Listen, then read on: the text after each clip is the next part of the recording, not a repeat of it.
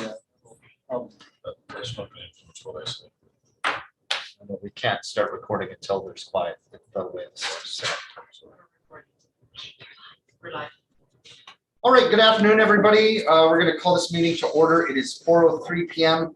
The Committee of the Whole meeting for November 23rd, 2021. The town of Hinton respectfully acknowledges that it is located on Treaty 6 territory and Métis Nation Region Number 4.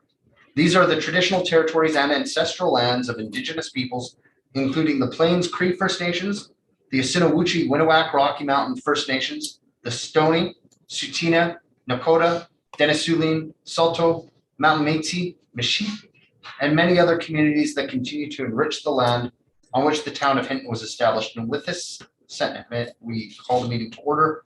And we will begin by looking for an adoption of the agenda. If there are any amendments or any discussion, council. Council move to accept the agenda as presented. Perfect. Council, any discussion around that? Seeing none, we'll call that to question. All those in favor? That is adopted unanimously.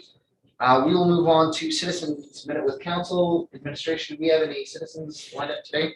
No. That will then bring us to our closed session number 1, Code of Conduct Complaint Investigation, closed per section 17 and 24 of the FOIP legislation. Councillor Haas. Yeah, I'd like to move that we go in closed session for the Code of Conduct Complaint Investigation, section 1724, please. Perfect. Any discussion on that, council? Seeing none, we'll call that to question. All those in favor? That is carried unanimously, and we will move into closed session. Are you going to eat that? Are you going to eat that? Pardon me? Are you going to eat that? Oh. Only if you're not going to eat it. Right now.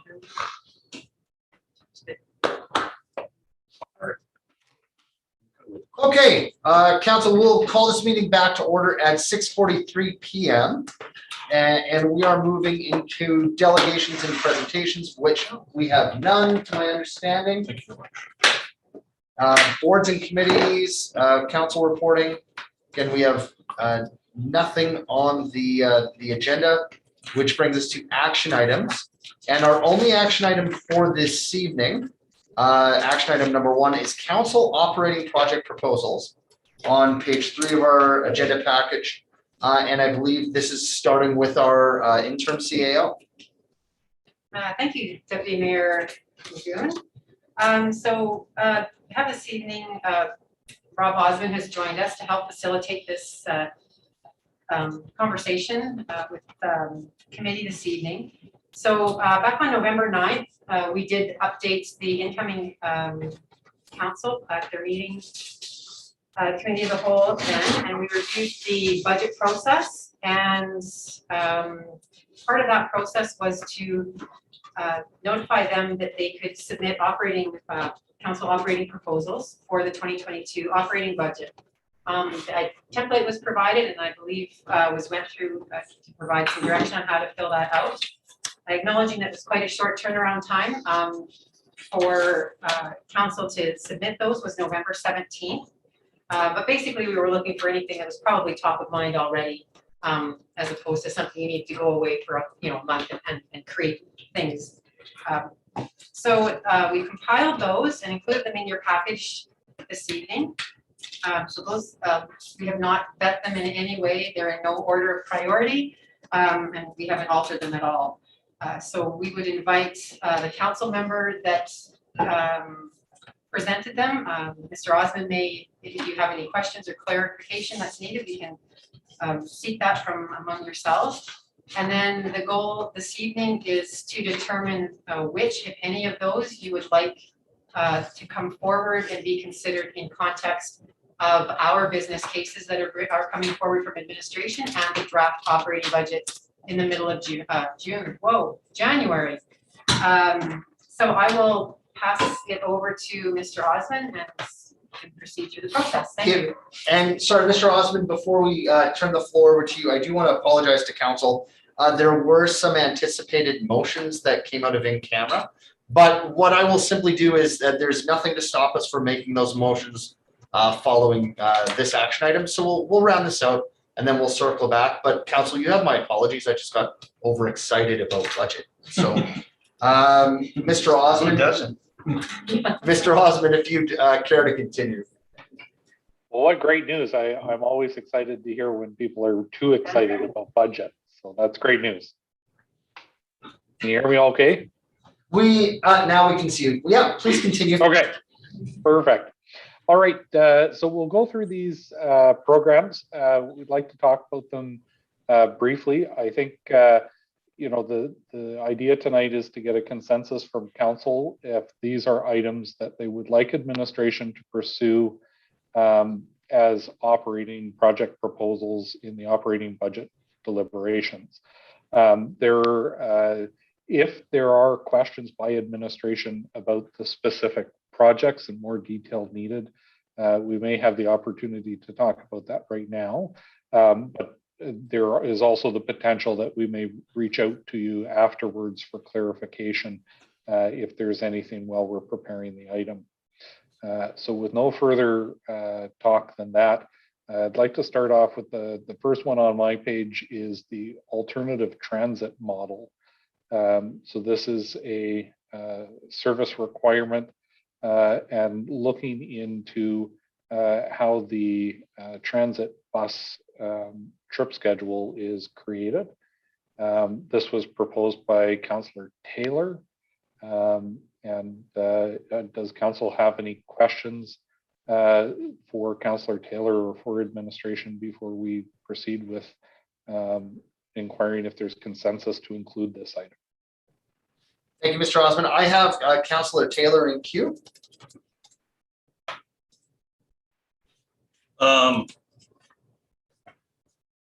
Yeah, maybe I was just going to point out a few things. One is that this is different than the study that was done. I'm not going to read it. Study that was done in 1918. I looked at the terms of reference for that. And that really just looked at fixed route options. It didn't look at the on-demand option. And the on-demand option first came to my attention when it came to Innisfil, Ontario. And they made, that was a few years ago, and they made really good national press. They had Uber at their facility. So they contracted out to Uber for the segment of their society that was in need. And then they subsidized part of the ride, and the rider, like you would on the bus, paid the other part of the ride. It went to a certain, only certain locations, like you can't take it to the bar or things like that. You can get to a government building, medical building to work. And I looked also at the cost of what our subsidy is, and it's a few years old and it comes back from 2017. So my numbers aren't as up to date as I would like, but it looked like $11.37 subsidy per ride. And also the information I had indicated that that doesn't include capital costs. I'm just suggesting that since we haven't looked at this model, that we could be providing a more responsive model that is actually cheaper if we target it to a segment of society that's in need, like our regular riders, and we could lower the per trip costs. And I don't think we've looked at it. That's, if you support it, great. If you don't, let's move on. I have myself in queue, and just speaking to that, I appreciate Councillor Taylor you bring this forward. I think, again, anytime that we can look for more efficiencies, but also increase the service, that isn't something that I think can happen very often. And it's at least worth looking into to get a solid answer around that. So thank you for putting it forward.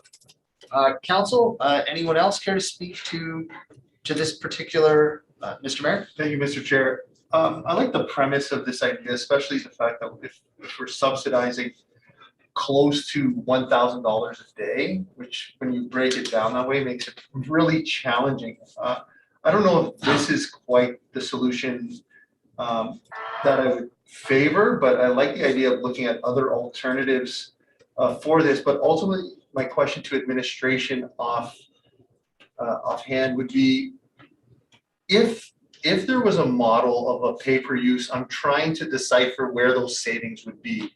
You would still have to pay someone, you still have your fleet costs. The only thing I could see is perhaps your fuel costs that you would save on an on-demand system if you don't change the hours. So I guess for myself, what would be, where would the savings come from changing such a model? Perhaps. Did you? If the CAO is comfortable, I'll go to Councillor Sure, Taylor. just to give your. There are no fleet costs. An on-demand model, like I said, is you basically go to an outside provider. There are no fleet costs. There are no staff costs. There's a contract you provide to an outside provider, provide X number of rides or dollar value of rides per year.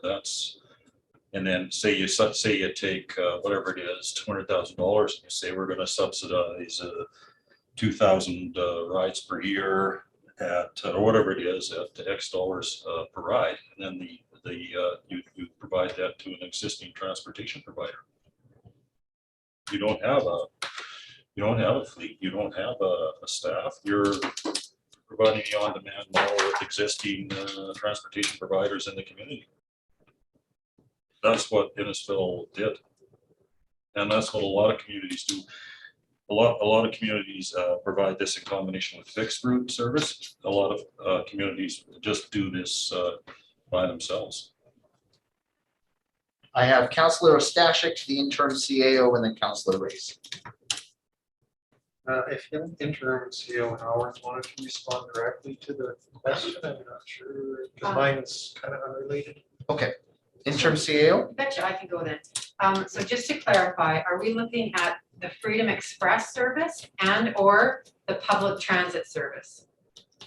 I was just looking at the public transit service. Public transit, okay, so the door-to-door service, the on-demand door-to-door service that we have for Freedom Express, that's not what we're talking about. Okay, so that's clarity, thank you. So this is just the public transit.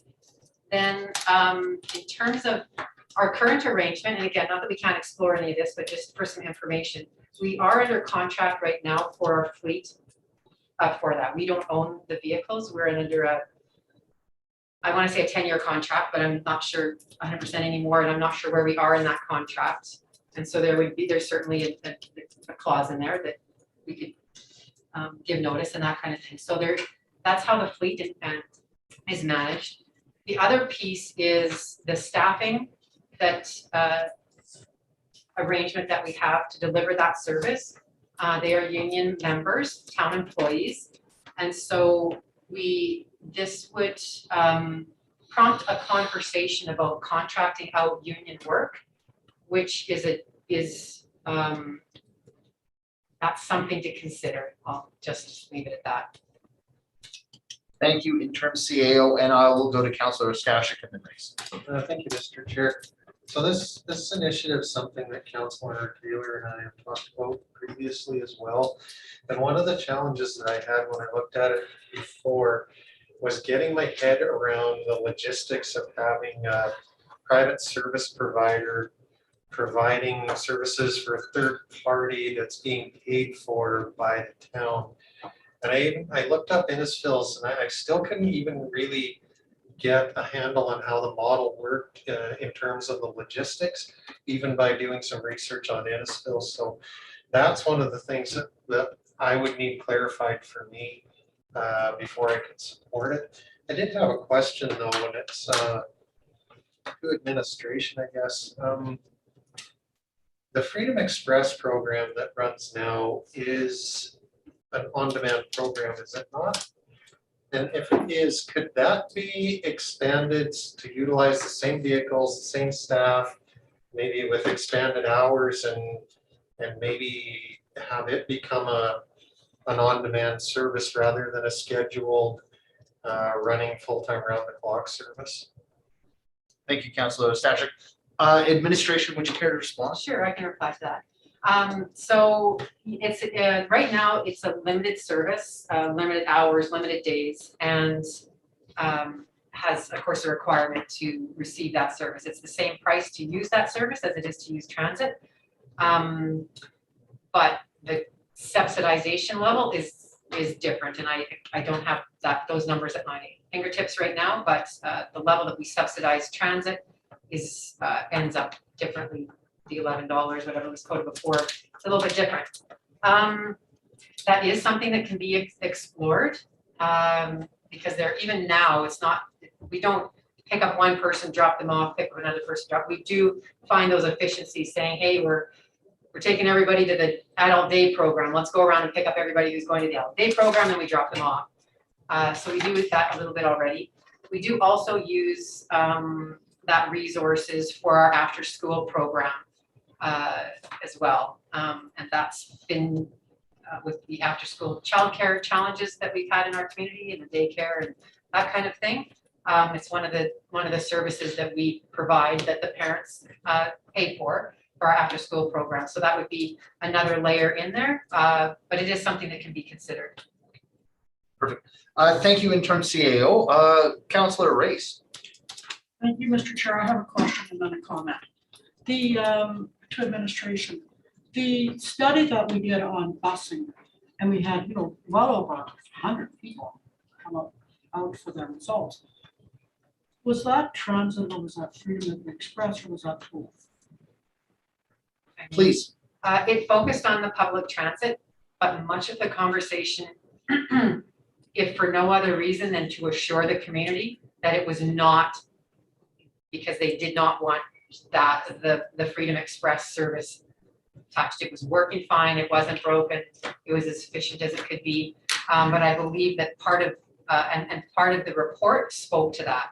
Again, I haven't looked at that report. I think it was actually completed while I was away on leave, but it's something that administration can look into. So if you're feeling like this is something that you want to explore a little bit more, that's the kind of information we would pull together so we know what's already been done and if it just has to be updated. But it did draw some attention, especially from our seniors and our people with certain special needs. The other thing I'll mention, if I may still have the floor, Yep.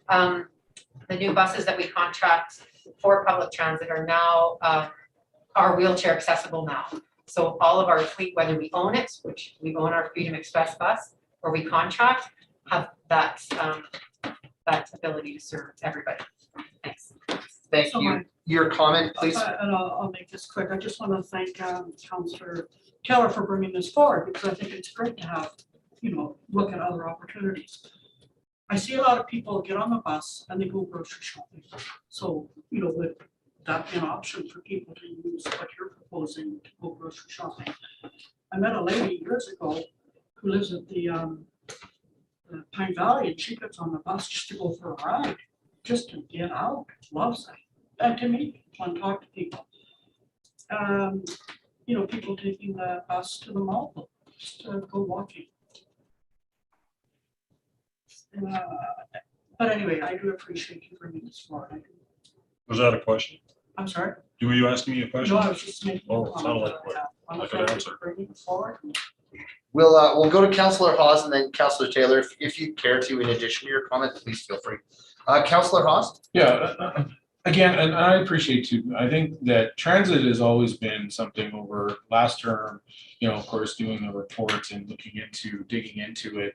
I do recall, it may not come up into the report, but I do recall I did attend all the public meetings and stuff, and it did bring up the on-demand service. There was quite a bit of uncertainty in the group, even some pushback on that. A lot of it due to seniors and abilities to technology and whatever it may be, but accessing it. So there was a discussion on it. But I do believe, and I'm not sure if this is where to land, but I appreciate it being brought up because any cost savings that we could find in our community without getting rid of, I think it was clear that the bus system is required by a portion of our community. But if we can find some efficiencies in that, and maybe if it is a relook at how we provide this service, I wouldn't be prepared to go down this route right away, but I definitely would be inclined to be in favor of pulling that report off the table again, or and having a look at it and seeing if there are some deficiencies. Things have changed over the last few years as well since that report was done. And maybe there's some enhancements that we can be also look into in different service options as well. So that's where I'm at on this particular proposal. I think that we can look into it. I'm just not quite certain if this is the exact model that I can support right now. So thank you. Thank you. I have Councillor Taylor, myself, Councillor Ostashik. Yeah, thanks for that. I mean, even I'm saying this might not be the model I can support. I'm saying that here's a model that a whole lot of other people used. This model wasn't seriously examined in a 2018 study that we did. Yeah, it might have been talked about, but you look at the terms of reference, it wasn't seriously examined as an alternative for our town. We subsidize our bus to $289,000 a year, and a lot of the time it drives around, with very few passengers on it. So, and I'm not stuck to a specific on-demand model as to how to do it. There's probably quite a few ways to make it work where we could save money, and people have already mentioned some of those. Freedom Express, maybe utilize that more. But at least having conversations with some of these other towns that have used some of these different models and see if there's a way that we can do something better in Hinton and save ourselves money and provide our citizens with a progressive alternative is what I'm proposing. Thank you, Councillor Taylor. I have myself, Councillor Ostashik, administration, and Councillor Race. Just briefly, Council, we are, in terms of the action item in the budget, again, if it's the desire of Council and looking to move on to the other items that are on the floor, we can put this forward through the recommended action that committee direct administration to include this proposal as part of the operating draft budget. Or Council does have other options available to them to request administration provide a future report to Council. But we are looking simply to propel this stuff forward. I will go to Councillor Ostashik, then administration, then Councillor Race. I have administration on their second. Councillor Ostashik? Yeah, thank you, Mr. Chair. Yeah, I too appreciate Councillor Taylor bringing this forward as an option to look at. I definitely do think that we need to be looking at options. The numbers that Councillor Taylor is quoting were accurate in 2018 when the study was done. But ridership and revenues have continued to decline since then. Costs have gone up. 2020 was budgeted $351,000.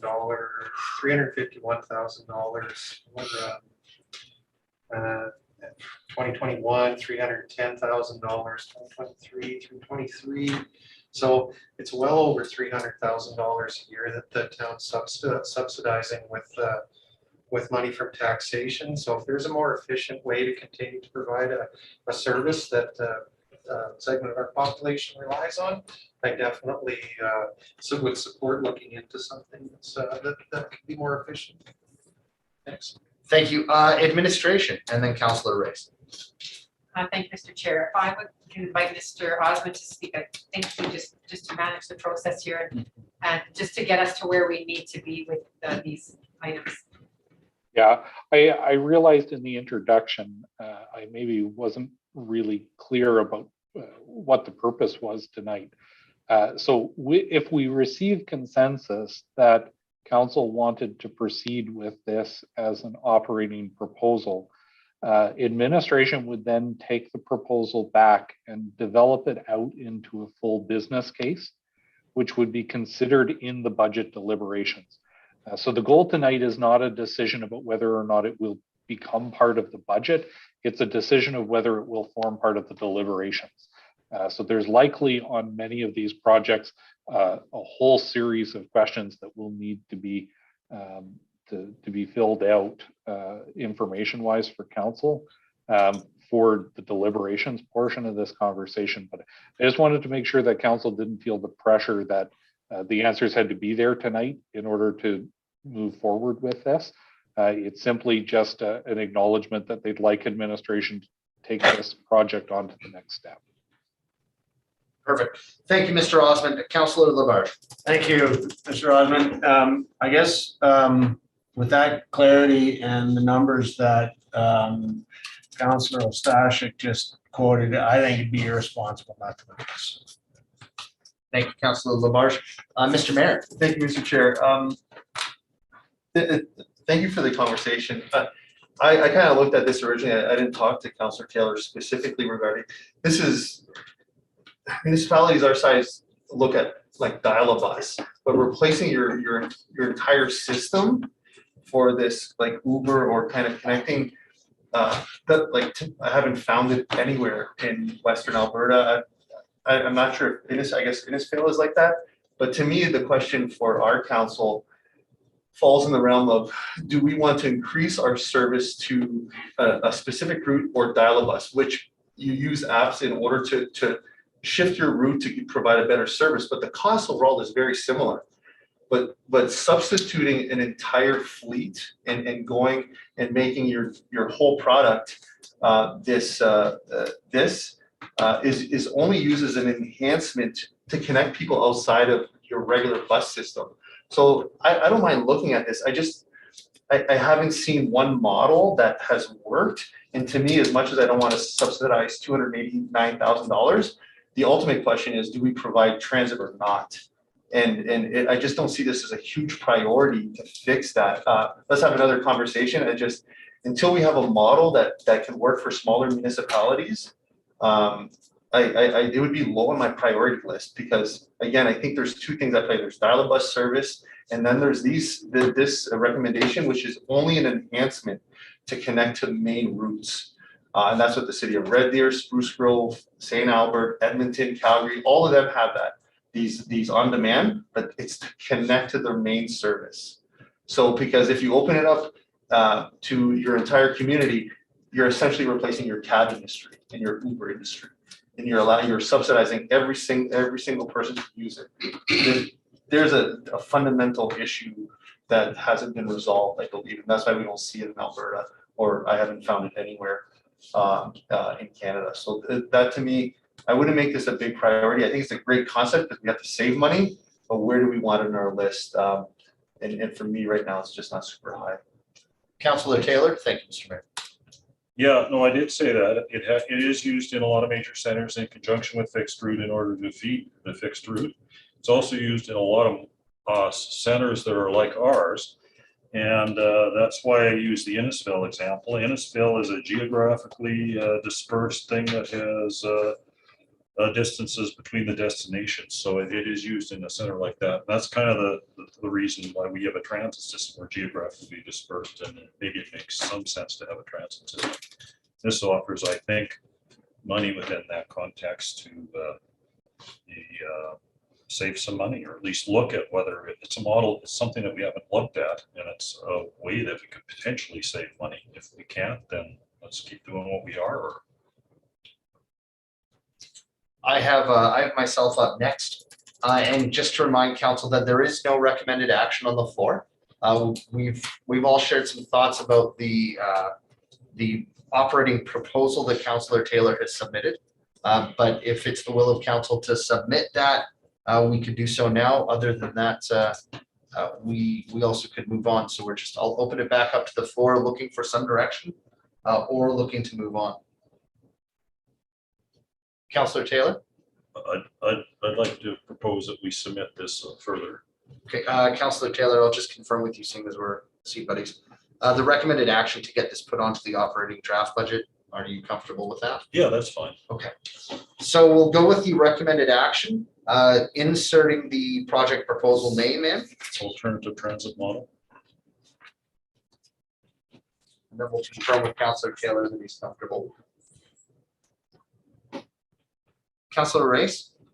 Thank you, sir. Here's my concern to administration. How much time is going to be needed or would be invested to bring back a report on this? I'll go to administration first and then the mayor.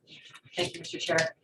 So what we will do with the ones that are directed to come forward, we will turn them into an operating business case, which is what administration has done with sort of our lane. So we will turn this into a business case, and then you will, and that was one of the reasons why it was a fairly short turnaround time. We'll be doing that and bringing it to our next review meeting, which is December 17th, which feels like tomorrow. And we'll be fleshing that out, and then we'll be turning that around with the report and bringing it to you. So of the, I think 15 that are submitted, if all come forward, they get delegated out to the areas. We take the report, we fill it out as a business case. We might have some more questions. It might not be as robust as the ones that we populated because they're not our concepts. But even this one, for example, like the financial information, the idea here is that there just be a town working group that work on this. So you're not suggesting hiring a consultant, you're not doing any of that, but what does that working group look like? Is it made up of council? Is it made up of staff? Is it staff time? Where is that put on the priority? So that's the kind of thing that we will try to flesh out. And then you will see this, and not that we're going to be changing it significantly. The intent is to round it out so that when you see it in context of all of your other operating decisions, you'll be able to say, okay, yeah, this definitely rises to the top, or oh my gosh, in the middle, or not at all. So yes, it's some work to do, but that's what we committed to do in the budget process, and so we are fully prepared to do all or none of these and have them ready for you to see in the middle of January. Thank you, sir. Thank you. Appreciate that so much, CAO. Mr. Mayor, then Councillor Ostashik. Thank you, Mr. Chair. I love the concept, and I think there's an opportunity, as is, for this to come back in January. I would vote against this. I would prefer a direction to get a report on dial-a-bus, on-demand service, all the options that are used, and give it at least 6 months, maybe 8 months, 10 months, because to me it's a priority, but we have a lot of priorities we haven't had our strategic plan yet, but to task administration in the next 6 weeks to build a plan on this that's specific to an on-demand system without really fleshing it out at all, I think will be challenging. I just don't think we can execute this in 2022. This is broader. I think there's opportunities, so I like the concept, but I truly believe we have to get a report, see where council wants to go, contrast it to other options. Like I said, dial-a-bus is something that came well before on-demand, and see if there's savings and efficiencies there, and then make a more long-term decision. So I love it, but I'd rather deal with this maybe 8 months from now. Thank you, Mr. Mayor. Councillor Ostashik, then Councillor Taylor. Actually, I'm going to withdraw for the time being. Thank you. Thank you, Councillor Taylor. Yeah, what this does is exactly what you said. Does this have to be done tomorrow? No, the idea is to get it in the thought process of council to get something done. And I think what Laura just told us is that they're going to come back with very preliminary business cases. They're not going to examine this in hours or days or weeks of detail. They're going to come back and say, yeah, here's the working group. I think maybe this staff should be in, and this might fit into our agenda in September of 2022. I don't think there's a lot of work. I could be wrong, but there's some work, but we're not talking the kind of work I think you're thinking of. Thank you, Councillor Taylor. Council, any last minute comments before we look to call this to question? Councillor Lewis. I just have a question. Yeah, so we're not talking about replacing the bus service in 2022, but just to put this in order and play. Yeah. Administration, if you care to comment, please. Thank you. So a couple things that was noted. This also provides an opportunity for you to put it as a placeholder for your strategic planning session again, so that all of these decisions are made in context of the bigger picture. The other piece, especially with any of these operating proposals going forward, if there is anything that requires a financial contribution from the operating budget, that's the big deliberation that you're having January. Honest, it is January 14th and 15th. So on one hand, this is being proposed as having no impact and requiring no financial support through the operating budget. But if I could just also caution that moving everything to just time is a value as well and a resource. And so absolutely we'll bring forward whatever you can. And you're right, we're not fleshing out a coil-bound business case. It'll be 2 or 3 pages, the same as you have here. or what ours have been, enough to give you a sense that you want to make it a priority not, and you could put it in the 4th year of your strategic plan at that point, or we can delay it, and that would totally be up to council at that time. Perfect. Thank you, Yeah. interim CAO. Council, last chance for comments or questions before we call it to question. All right, then we are going to move to call it to question. And if I could just have a look. Thank you, Mr. Chair. We're doing our continued training here of, No worries. so we've got some backup and support for council, so we're just getting a new system. So we'll call the question that committee direct administration to include the adaptable and progressive transportation in Hinton Council operating project proposal as part of the draft operating budget report presented at the January 14th and 15th, 2022 committee of the whole meeting for further deliberation. Council, all those in favor, please indicate. And opposed, seeing none, that is carried unanimously. Thank you very much. We will move on to the second proposal in that list, which is on page 7 of your package.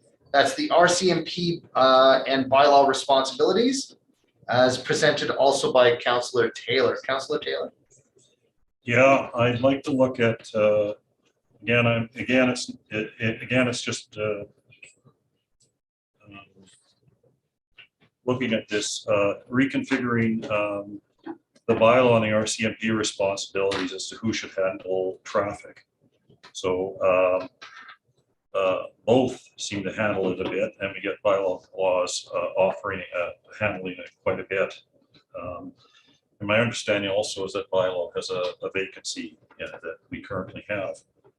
And I guess the thing is that we pay $1.8 million for RCMP services, which covers like 70% of 22 full-time officers. And they're contracted out to do traffic within the town boundaries. Yet we've also hired bylaw officers as, forget the job title, and they're trained to do traffic enforcement as well. So we got both doing traffic, and the situation we're facing is increasing costs with the RCMP. It's going to increase our potential tax increase with their new contract by 0.8% or $80,000 to $100,000 per year. Can we really afford to not get the people that we've contracted to do the traffic enforcement and get other people to do traffic enforcement? We went for decades with bylaw doing bylaw and the RCMP doing traffic. And I think there's certain advantages to getting the RCMP to do traffic. It might actually make the community more safer because the RCMP are stopping more cars within the town. They're looking at the cars and seeing, they're looking for other things in the vehicles, and they're getting to know the people in the town a little better. So that's what this is. That's what this is. And to get the people that are contracted to do the traffic back to doing the traffic. Thank you, Councillor Taylor. Councillor Hawes. Yeah, I hear what Councillor Taylor is saying. I guess I need clarification because I think we have to be careful. Technically, in my, and this is to my, and it could go to Director Mack, I'm going to call him Mack, but currently our community has no bylaw officers. They have community peace officers. And my understanding at one point in time, yes, we had bylaw officers, but as a community peace officer, there's also an obligation under that, their mandate to do traffic in our community or wherever they are.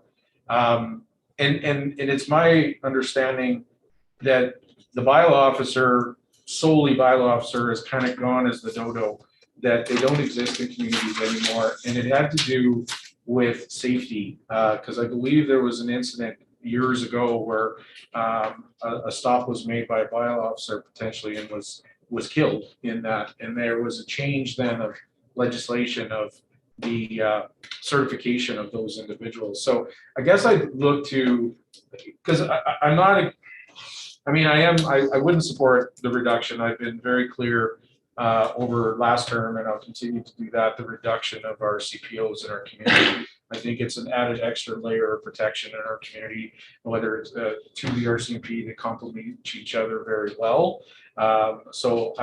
Personally, I wouldn't be in favor of that, but I would like more clarification based on this proposal of the roles of our CPOs in our community, and is it even possible to reduce to the fact where they don't do traffic? So, Thank you very much, Councillor Haas. I have myself and the mayor up. Council, if I may recommend, one of the things we discussed as a past council was that it is more efficient when we have a bit of a laundry list to get through, that we offer up a direction right away on the table and then debate that direction potentially. And if that direction isn't made, it means that there's no support. So I would perhaps recommend, with a large list of things to speak about tonight, if we could perhaps offer a direction right out of the gate, then potentially debate it and move on.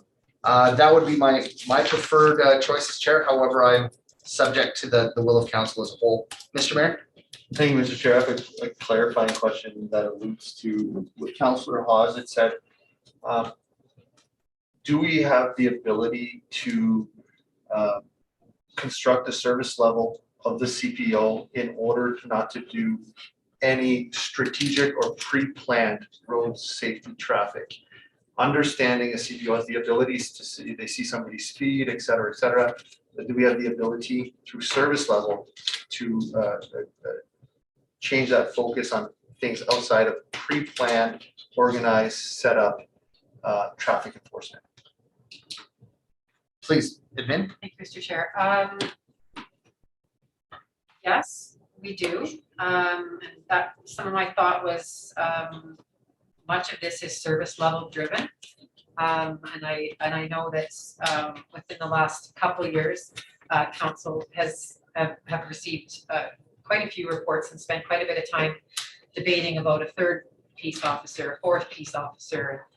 So we've had two, and now we're down to one with the vacancy. So there is information that's fairly recent that we could resurface for that matter. And there's also, again, the service level question. You can absolutely pare down and say, we don't want any of these things addressed. I mean, we have bylaws and we have someone who must enforce the bylaws.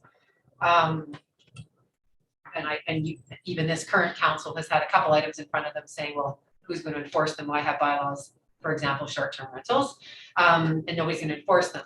So that's what we have to balance, is either the current service level and whether that's even being met, and whether you want to adjust those. Mr. Mack, we'll call you Director Mack. If you could round that out, I won't always invite all the directors to participate in this debate of this, but this one requires a little bit of technicality. And the other piece, before I just pass that to you, is we have a policing advisory committee, and I know a couple of you have sat on it for quite a while, and are privy to how those teams work together, who does what. And I know the mayor, I believe, gets a more thorough report as well, to help understand what it is that those two agencies do and what is required of them, whether it's, reporting and whatnot. So while I agree, there was a time where we had one bylaw officer for the whole town, and he pretty much worked in isolation, and that was fine, Monday to Friday, 8 to 4. Just the reporting and the requirement to go to court and all those sorts of things has changed significantly. But Mr. DeBodra, that's why I call you Mr. Mack. If you can enhance that at all, that would be great. Thanks. Thank you, CAO Howarth. That is actually a very good answer. The CPO program, we do enforce our bylaws, of course, and we do moving traffic. The CPO ones, which we currently only have one of, does moving traffic as well. We don't typically set up, because of our limited personnel power, we don't typically set up and do traffic stops, but we have stops of opportunity. If we see a traffic violation happen right in front of us, we take care of that. We also do the school patrols, which is a safety issue in every town. So we have a priority to patrol schools with our CPOs. And we have a CPO 1, that's Miss Snow that works in the office here. She does not have the appointments to do moving traffic, so that really limits our ability to do traffic control currently. The RCMP, this very topic is very timely, in my opinion. There's a lot of changes in the police world right now, and this is the exact sort of topic that would be a very good discussion point at the Police Advisory Committee. Thank you very much. I'm going to go to Councillor Taylor. Yeah, I'm going to follow on your suggestion that make the meeting quicker, that we just make the motion. So I make the motion that I made before and just insert the title of RCMP and bylaw responsibility. Thank you very much, Councillor Taylor. Maybe at the word reconfiguration. And while they're typing that, I could say that when we were at the UMA convention, I did go to the protective service booth and ask a bunch of questions regarding this. And there are towns that have both bylaw officers and that have protective services. And I did mention when I talked about this, I said bylaw or the job title. So I'm not stuck on whether this is just a bylaw or this is just a protective service. Like if we just stick with what we have now and don't worry about the vacancy, it could be protective services as well. And my understanding, unless I'm wrong, is that the backup is as we contract our RCMP, $1.8 million for both bylaw and both for traffic. Let's use that service. We pay for that service. We can't afford going forward to have duplicative services going on that we pay for. We need to look at efficiencies in how we run this town. Thank you, Councillor Taylor. And the proposed direction is on the screen. Councillor Taylor, does that meet with your expectations? I think so. Yes, that's good. Perfect, thank you. Council, any discussion on the direction on the floor? Councillor Ostashik. Thank you, Mr. Chair. I won't be supporting the proposed direction. We've had discussions about the community peace officers and their contribution to community safety before, and I don't believe it's a duplication of effort. I believe it's a service that enhances the RCMP service. I believe by having community peace officers doing traffic patrol, they have the ability to call in the RCMP for additional measures anytime they see something untoward happening. The other advantage that I see in having community peace officers doing some traffic enforcement is it frees up the RCMP officers to concentrate on other maybe more high priority tasks in our community. Oftentimes, RCMP officers aren't available even to respond to incidents, never mind to be out there regularly doing traffic enforcement. And I prefer that traffic enforcement is being done by somebody routinely and consistently. So I won't be supporting this particular one. Thank you. Thank you. Councillor Haas. Yeah, and I too, I can't support this. And the other reason too is the suggestion of reducing our current CPO to one person. I mean, we're having probably a hard enough time retaining, and to have just one person in that position with no backup, we've talked to as a council before in the past that department alone for burnout and other things as well. So to suggest having just one person with the duties that they have as a CPO, I just can't support that right now. I mean, and for the same reason, Councillor Stashik, I think it adds the layer of support to our RCMP.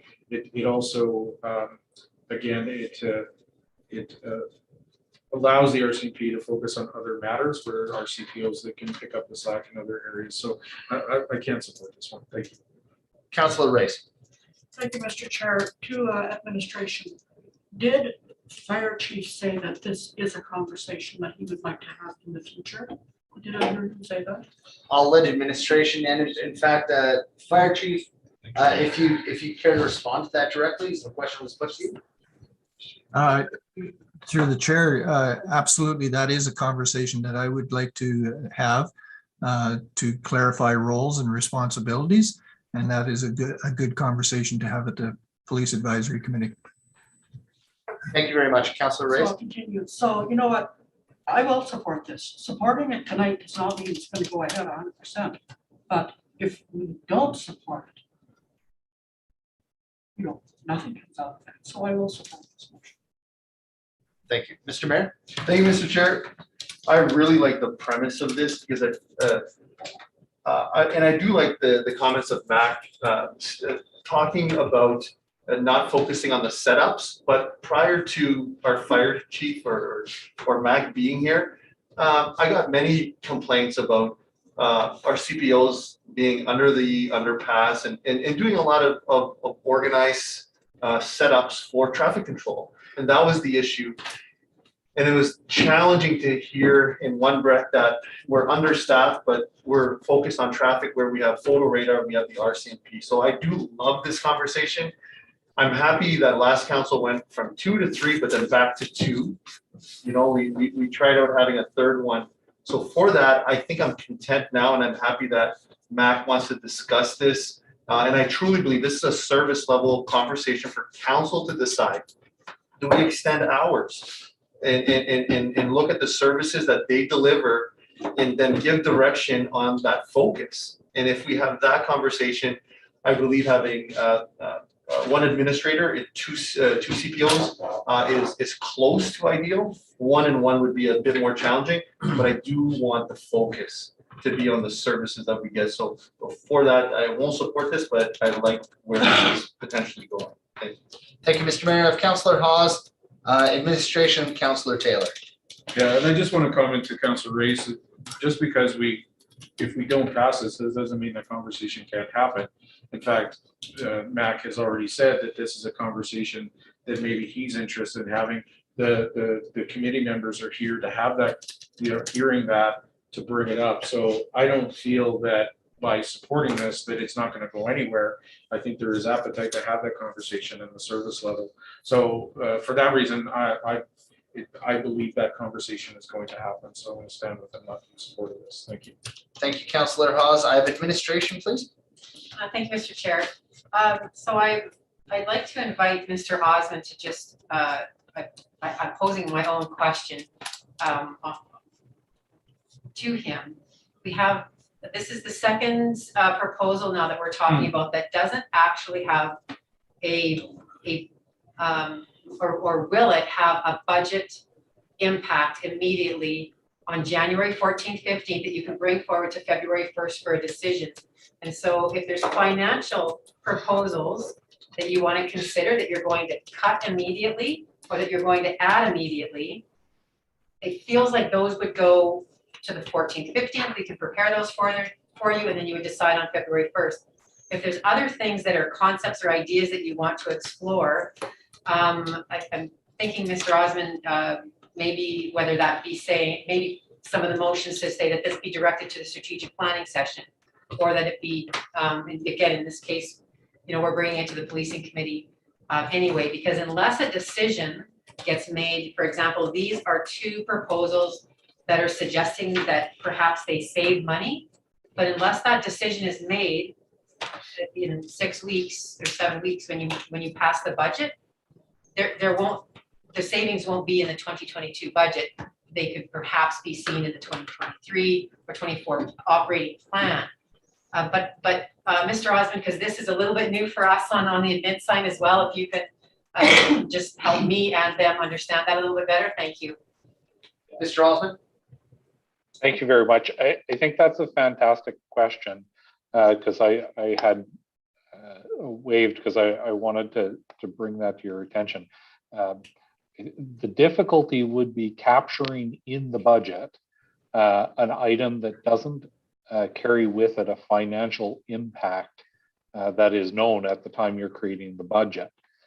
So yeah, I would very much agree with CAO Howard that If the conversation is this is something council wants to explore, and there may be at the end of that exploration cost savings, I think that's probably a great thing to direct to your strategic planning or to cover in some other way, because without a dollar figure attached to it in the current fiscal period, it'd be very difficult to capture it in the budget. So we need those dollar values. Thank you, Mr. Osmond. Before I go to administration, I do have a couple of councilors in the queue. However, council, we have had a round of discussion on this at this point. So again, if we can look to close discussion on this and move to call the question, that would be great. I will go to administration, Councilor Taylor, Councilor Race. You said that really quickly. Me next? Okay. Please. Thank you for that, Mr. Osmond. So then, and I apologize, this is twice I've done this in 2 weeks now. So the motion that was just passed, I'm wondering if that was the right place to direct that item, and if that item was actually supposed to go to the strategic planning session. And if that's the case, I wouldn't want you to make now 2 motions that potentially are not budget decisions, but strategic planning. And so we may want to, I could suggest maybe modifying the motion, sorry ladies, on the fly, that instead of directing it to go to the January 14th, 15th draft budget meeting, that it actually be forwarded to the strategic. And just to give council 2 options, because I'm realizing that some of these proposals may go directly to the operating budget discussion, but some of them may be better discussed at your strat plan, in which case we should be modifying the motions before we get too far ahead and we have to rescind too many. And I'm sorry, I'm just working on the fly here on that idea. I'm going to seek clarification, and I apologize as the chair. I'm in a bit of a privileged position, so I hope nobody takes this the wrong way. I'm going to seek clarification on administration's point that this may not have a budgetary impact over the next year. If it was the will of council to not replace that position in the 2022 budgetary year, would that not have a net budgetary impact? Yeah, I'll jump on that one first. Yes. What I think another question before that is I would want to check with the director to find out where we are in posting and hiring that position. Because if we've hired somebody, then we have to fire somebody. Or if council is directing now to put a hiring freeze in that department, we either need that, well, now I think that would belong at a regular meeting, not a standing committee, but you could make a recommendation that council freeze the hiring process. Otherwise, I think if we wait until mid-January and early February, we could potentially already have somebody in that position. So, Mr.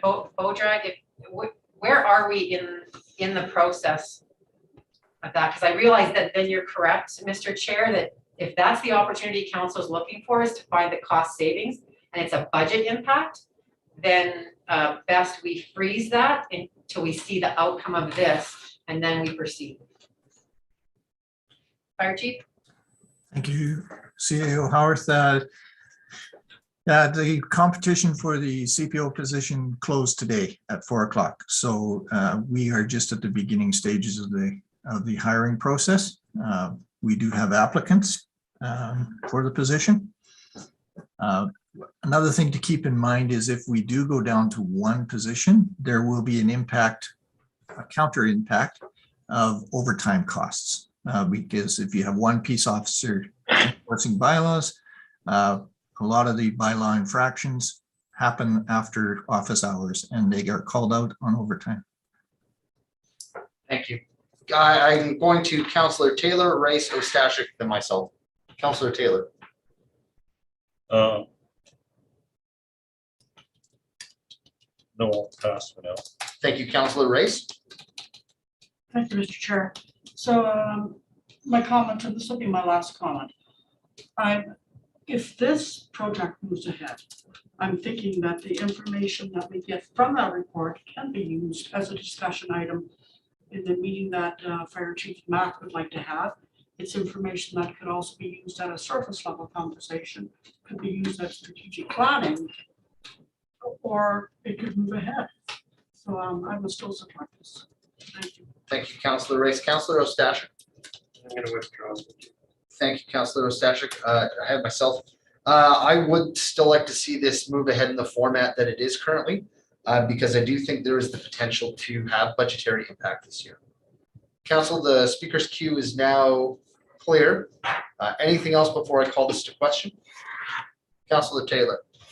Yeah, if this passes, then I would put another motion together that position be put on hold. See where that goes. Because the advantage of this is that we have a vacant position and nobody has to get laid off. Thank you, Councillor Taylor. Council, anything else before we call to question? Then we'll call it to question that committee direct administration to include the reconfiguring of some bylaw and RCMP responsibilities, council operating project proposal as part of the draft operating budget report presented at the January 14 and 15, 2022 committee of the whole meeting for further deliberation. All those in favor, please indicate. All those opposed? And that is carried 4-3.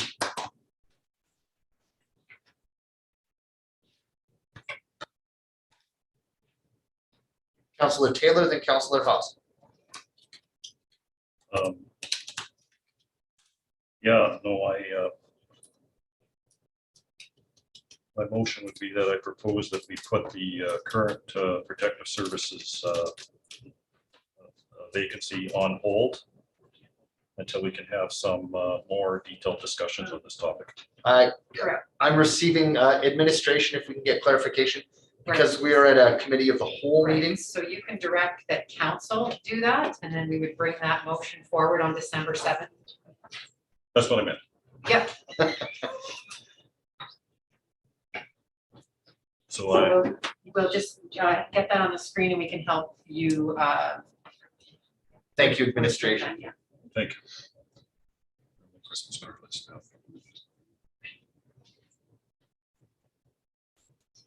And then Councillor Haas, after he speaks to it, I'll have you up in queue next.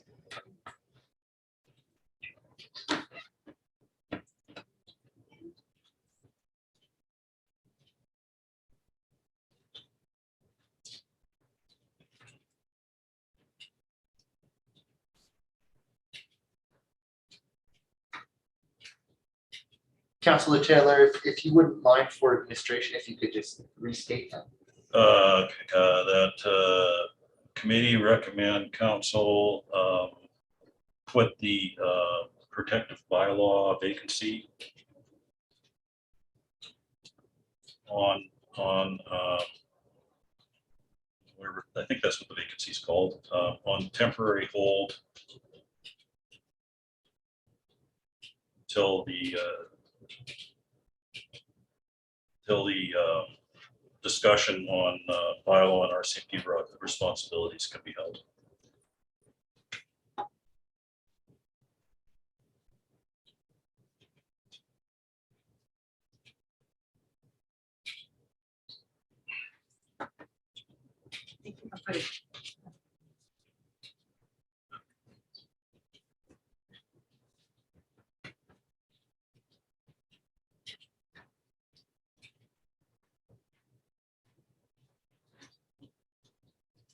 Ms. Rendell, Ms. Rendell, a couple of things. So we should put the community peace officer instead of bylaw. Position vacancy. Peace officer position.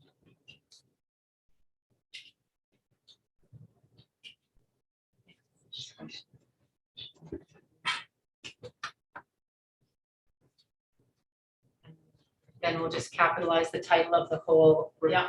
Yep. Thanks.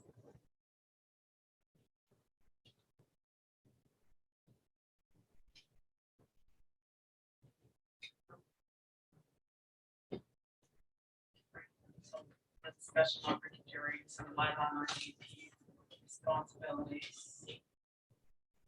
Narrating this, and I think that was it. But I think it has to be that it's brought back to the December 7th meeting. for decision. Correct, so, and I assume Oh, okay. Yeah. Sorry. that.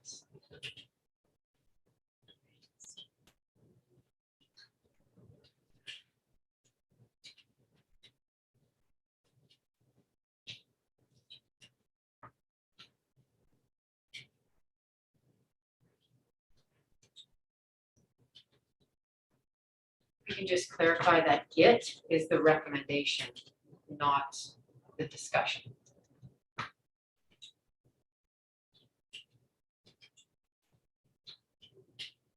That, it's the recommendation that's going to be brought forward. Thank you.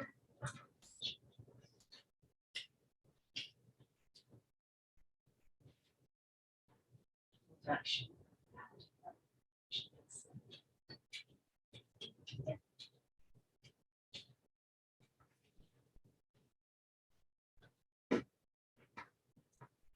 Administration, does that meet the administrative concerns? Yes, yes. Councillor Taylor, does that meet with your intent? Yes, thank you. Council, any discussion on the direction on the floor? The recommendation, pardon me, on the floor? Oh, sir, Councillor Hawes, I had you up next, and then Councillor Ostasher. Yeah, I realize the intent of this based on the previous direction, but I can't support this. It just doesn't sit right with me, and I can't support putting anything on hold. We've got a vacancy, we've got a position, we haven't even made a decision on the we've still got time for that, and I just can't see going longer with that vacancy when we have that applicant, so I can't support this. Thank you. Councillor Ostasher? Thank you, Mr. Chair. I have a couple of questions. What exactly is the discussion on reconfiguring some bylaw on our CMP responsibilities that's being referred to in the motion? Who's having that discussion? What is that discussion? Administration, if you'd like to respond to this? My assumption here is that because there's no date, but I mean, the assumption is that we're referring to the project proposal here, and that the intent of that is to come forward on January 14th, 15th. So I debated should that date be put in there until, because that's when the discussion is going to happen. You're not, otherwise you're skipping a step. The opportunity today is to determine which proposals move forward to the 14th and 15th. Not, almost the way that it's worded now is that at some point in time, there'll be some sort of discussion about this and everything's put on hold until then. I mean, there's already a risk of putting this on hold to January 14th, 15th. If our one peace officer goes down for any reason, we have zero. And that's, I just want council to be clear that that is the decision that you're making tonight. With this draft on here, but that's why when it says until the discussion, that's the part where I was thinking it should be capitalized because it's the title of this proposal, and that actually the words of until the count, so that the way we did in the other motions. So we put the title of the motion in there, plus we put the title that it's a council operating for project proposal. So it's not the discussion itself, it's until the proposal comes forward on the 14th, 15th. Yes. So the Councillor project Taylor? proposal instead of discussion? Well, yeah, so if we cut and paste from right, there we go, yep, and all the way to keep going, yep, and that too.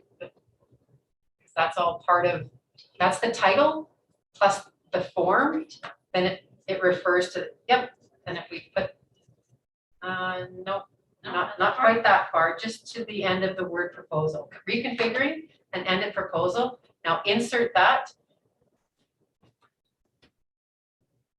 and replace the other. Nothing worse than trying to have this many people.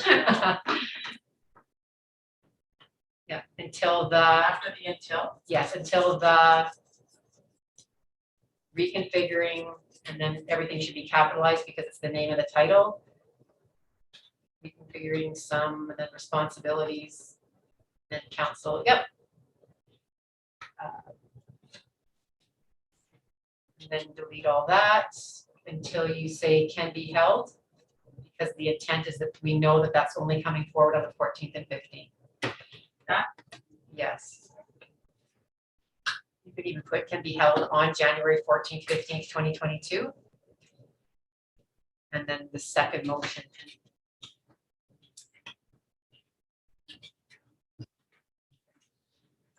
Thanks, everyone, for enduring that, but I'll let you decide whether we've captured that or not. If I could seek clarification on the second part of that motion, and that the recommendation is brought back to the December 7th, 2021 regular meeting of council for decision. I'm a little unclear on that as the That chair part right doesn't now. seem to belong. And this is where Ms. Randall, as long as we understand that this is not, decision has not been made, and that this recommendation to council, we will bring that recommendation to you on December 7th for you to make a decision to do that, because you cannot make that decision here. So this is, That's what right. you mean by that. So I that's get it. why right now committee is going to recommend to council. And we can put recommend council, like, we understand the date. If you, we will make sure that this comes to you on December 7th. If you're okay with removing it from the motion, that will keep the motion more simple.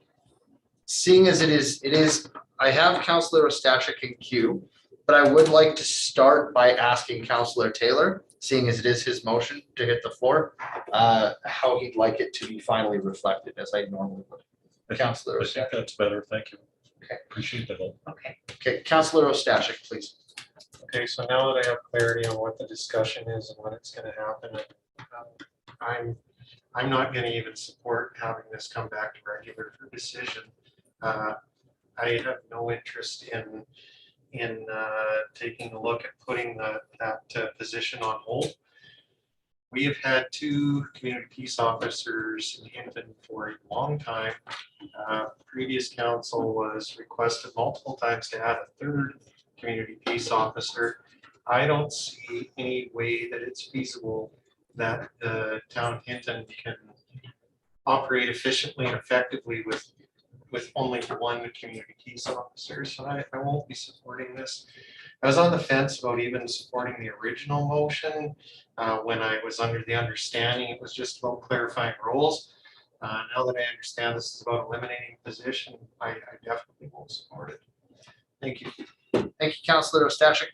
Council, any further discussion before we call this to question? Councillor Race. Thank you, sir. I have to say that did listening to CEO say that if our 1 bylaw officer goes down, that's not good. So I cannot support this. Thank you, Councillor Race. Council, any further discussion? Only that RCMP is contracted out for bylaw as well. So we do have a backup. I have Councillor Hawes, Councillor Ostashik. Yeah, I'm sorry, but to expect our RCMP to do bylaw and enforcement, but is just not feasible. I want my RCMP out there doing RCMP duties. We have community peace officers, and to waste, I'm sorry, valuable RCMP time on dog calls and, that is, I think, irresponsible of our community and the enforcement of our community and safety of our community. So I realize they do, but they have others like fish and fry, and and it just takes our bylaws and puts them secondary, and I don't think that's fair to our citizens. Thank you. Councillor Ostashik. Yeah, just to echo what Councillor Hawes said, it's been communicated to us many times that the RCMP do not have time to enforce municipal bylaws, and that when they do have to on the odd occasion, municipal bylaw calls go to the bottom of the list. They have their own priorities that they have to attend to first. Thanks. Thank you. Council, any other discussion? Seeing none, then we'll call it to question. That committee recommend council put the community peace officer position vacancy on temporary hold until reconfiguring some bylaw and RCMP responsibilities can be held on 14 and 15 January 2022, and that the recommendation is brought back to the December 7th, 2021 regular meeting council for decision. Council, all those in favor, please indicate. All those opposed? And that is defeated 4-3. Councillor Hawes. Mr. Chair, if I may, can we get some clarity on moving forward procedurally with this? Because I'm looking at the time, we're almost 8 o'clock. We have a lot of proposals to go through and we've only done 2. And I think we should need some clarity on moving forward as to, we've already had a couple of, alternative motions potentially, whether it's going to strategic planning, whether it's going to operating budget. I think we need some clarity as, before we move forward on any others. Just for time purposes too and efficiencies that way, because we have other matters on our agenda as well, so. And if I may, just as the chair, I'll respond to that. We had an in-camera item that we didn't know how long it was going to take. We broke from that at 6:45 p.m. We've been in session dealing with this now for 1 hour and 15 minutes, a little bit less. It's always the will of council to break whenever, but I would recommend that just on my own, and I'll go to council, of course. I think we just have some hard work to do, and it's going to take a while to get through it. That's my opinion. Councillor Haas. I don't mean to end the meeting at all. I mean some clarity on moving forward with these items. Because we just had a couple of and the comments by CEO of whether or not is it budgetary, is it affecting? I think if we just can have some more clarity on that, so that just move forward. I agree, we need to get this work done. I think it's important, but I think I feel we're stumbling a little bit on these 2, and we've got a few more to go. And I think with some more clarity on that, that's what I'm looking for administration on. Thank you. Yeah, and again, I would just recommend that council, we had planned to bring these operating proposals forward. In terms of process, past council agreed that if we get motions on the floor immediately, we can then debate them, vote on them, and move on. That would be my recommendation again, and I will go to administration as you requested. Thank you, Mr. Chair. Mr. Osmond, you are here to help facilitate this process. Is there anything that you can see? I appreciate, let's get the motion on the floor first. Everybody's read the proposals.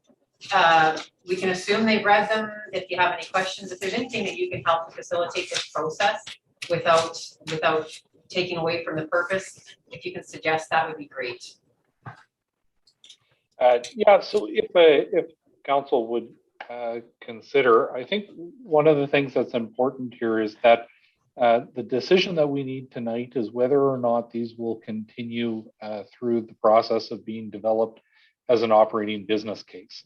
If there are other questions, like council would like to see the issue be brought forward to strategic planning, or if there's anything beyond whether the business case should proceed, there'll be opportunities for that either at future council meetings or through the budget deliberation process. We could decide in the budget deliberation process that maybe a business case isn't going to go forward into the budget, but it will be referred to strategic planning. So those opportunities exist at a later date. So if council can find a way to kind of focus in on just that first question about whether or not there is a desire for this to proceed as a business case, and leave the other conversation to a later meeting, might help us get through the remaining items. Thank you, Mr. Osmond. I will go to the mayor, then Councillor Taylor. I'd like to make a motion to extend. Thank you very much, Mr. Mayor. That is well timed. Council, motion to extend. Any discussion? Seeing none, we'll call that to question. All those in favor? And that is carried unanimously. Councillor Taylor. I appreciate your concern. I have it too. After 4 hours, I don't work as well. But to further that end, the next proposal, economic development, Stuart Taylor, similar to Brian LaBarge's. I can withdraw my proposal, and I'm sure it seems to be covered by Brian's proposal. So that takes one proposal off the table. I hope that helps. Council, would anybody like to make a direction regarding that, or are we okay with just moving on? Seeing none, we will move on to the infrastructure and development proposal as presented by Councillor Haas. Sure. So I'd like to move the committee direct administration to include the infrastructure and development proposal to the council operating budget proposal as part of the draft operating budget report presented at the January 14th and 15th, 2022 Committee of the Whole for further deliberation, please. Thank you, Councillor Haas. Would you care to speak to that any further? Thank you very much. As this is my proposal, So my intent with this proposal is to focus on the Bhutan lands. Past council invested now over $1 million to both purchase the land and the intent to develop affordable housing, targeting various different sectors of our community. We invested into a charrette, which was a community stakeholder participatory planning session. It was quite a success. It may not have, been exactly what that area is, but it was intended to create buzz with potential developers. Now, I realize that current administration is tasked with a lot of different projects, different matters of the town, and this is one area that I feel that needs more attention. And what I'm proposing is to seek out a 2-year contracted position to someone who can focus their attention on that land and to look into building a better buzz in the developing world, and getting some possible developers to look at that land, work with it with the town of Hinton, and get some traction on that land. It's been a long time coming. There's our past council's strategic plan to enhance housing in our community. It was, I believe, council before that also had that. I remember seeing reports in our strategic planning and last term on that matter, and we have seen very little uptake in it. So I think this is an opportunity for us to be more aggressive, to enhance our administrative staff to focus solely on that land. The other reason behind this that I also is if council were to move forward with the recreation center and whatever that might be, upgrades, whatever, but potentially, we are going to need also some sort of direction, and I'm not sure if current administration might be able to handle that right now, and having that extra hand potentially in the future into that project as well. So what I'm proposing, and this was a ballpark figure, I have really honestly personally no idea what the amount would be, but for a 2-year contract, I looked at a reasonable yearly wage that would potentially entice someone, but looking at approximately $180,000 over a 2-year term. So thank you. Thank you, Councillor. Councillor Labarge. Well, I'll make this comment, and at the same time, I'll retract mine as it relates to exactly the same issue.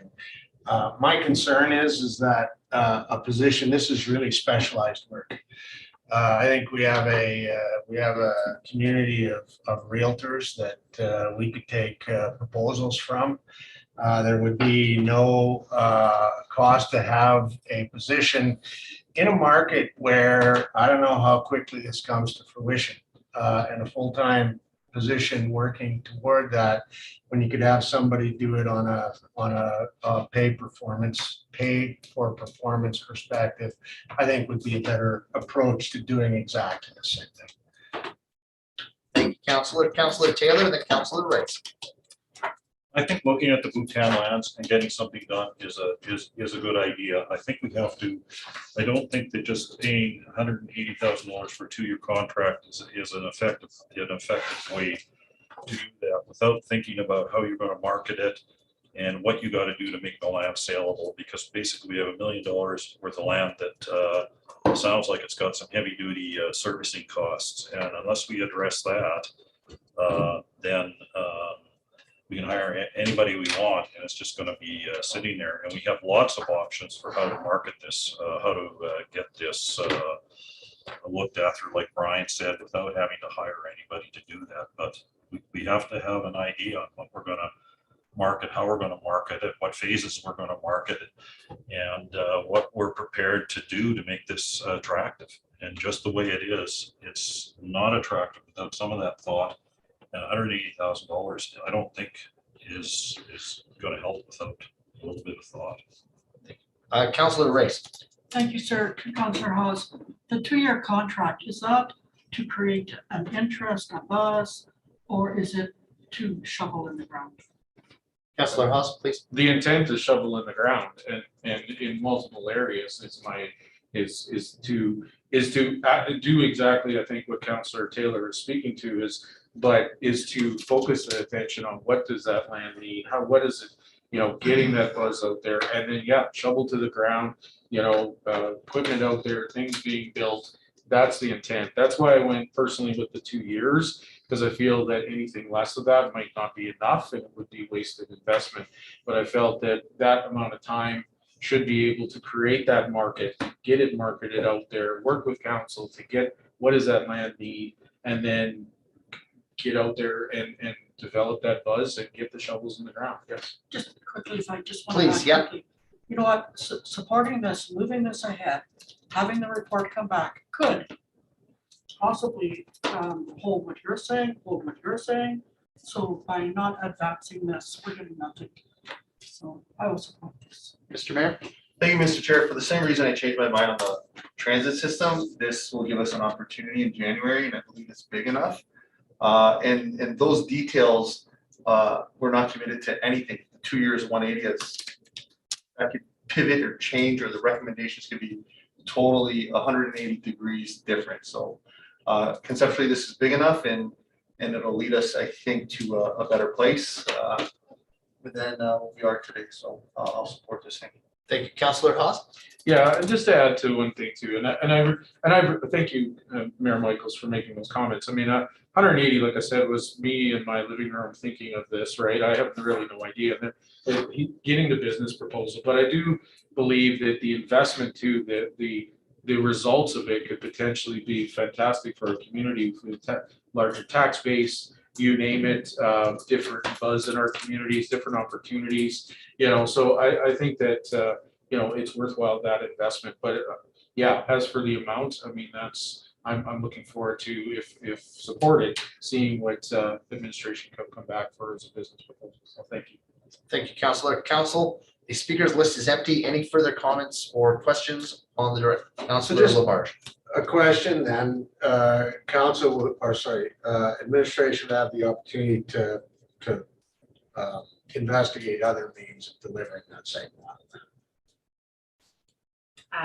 Thank you. Please, Mr. Chair. administration. We'll take the intent of this one as well as the one that was withdrawn right after, combine it. I think we understand where you're going and what kind of thing you're looking at. We might not have all of the options ready for you to consider, but we can at least comment on whether, something like this is in the right ballpark and that kind of thing. So we would have, and this one would fall with so he would try and round that out.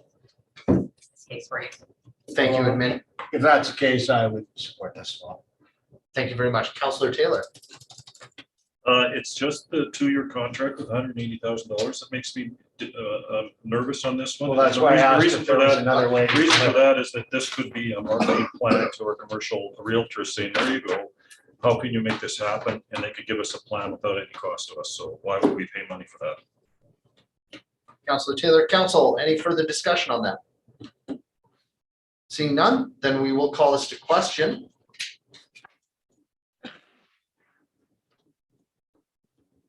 That committee direct administration to include the development of the Bhutan Lands Council operating project proposal as part of the draft operating budget report presented at the January 14th and 15th, 2022 Committee of the Whole meeting for further deliberation.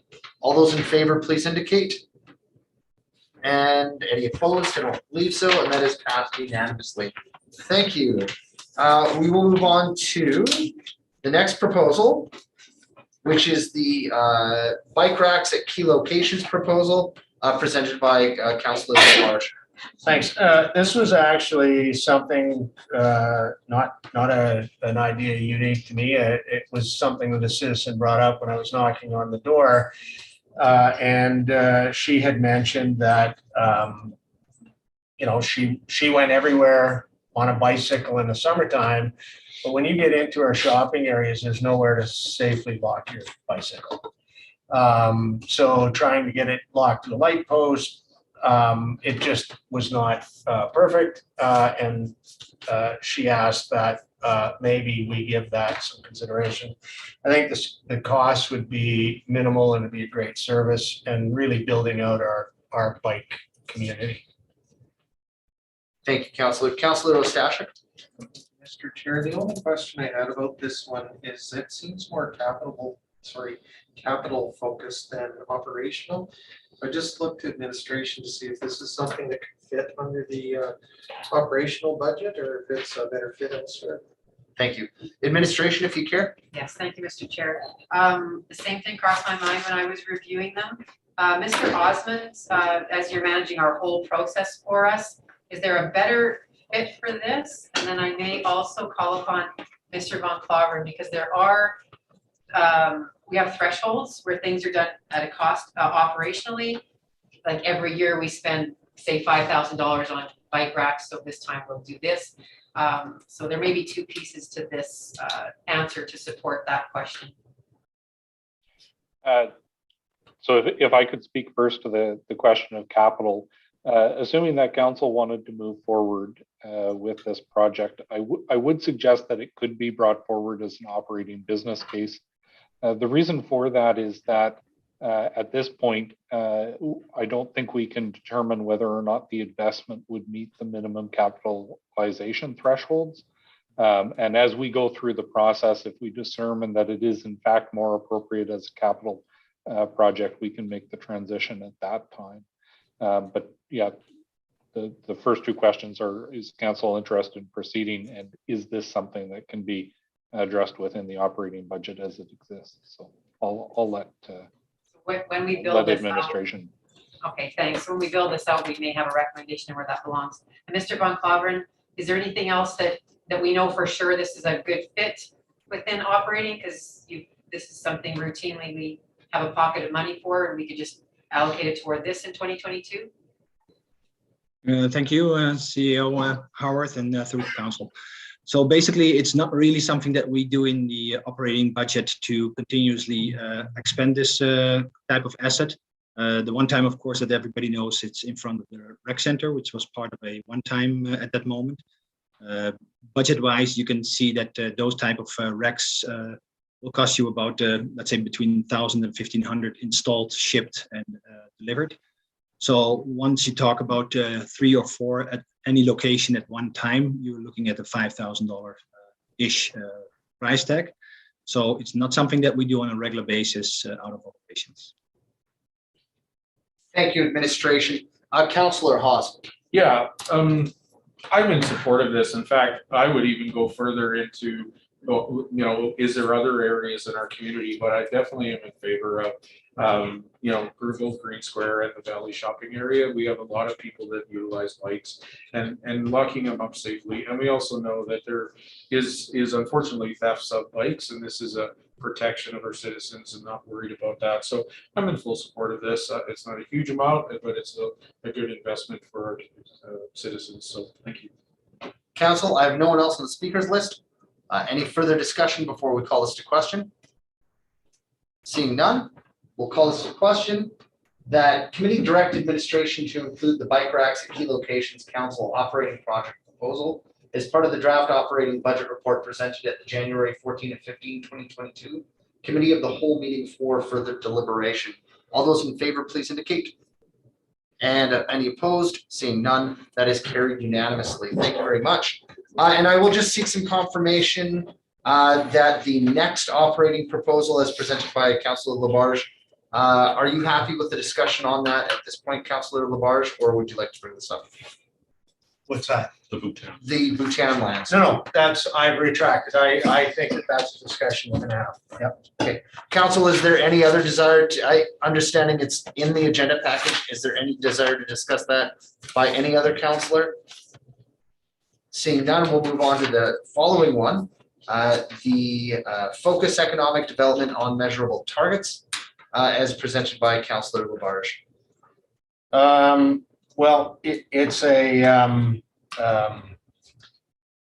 been really difficult to add $200,000 of the value in the economic development services as I see it.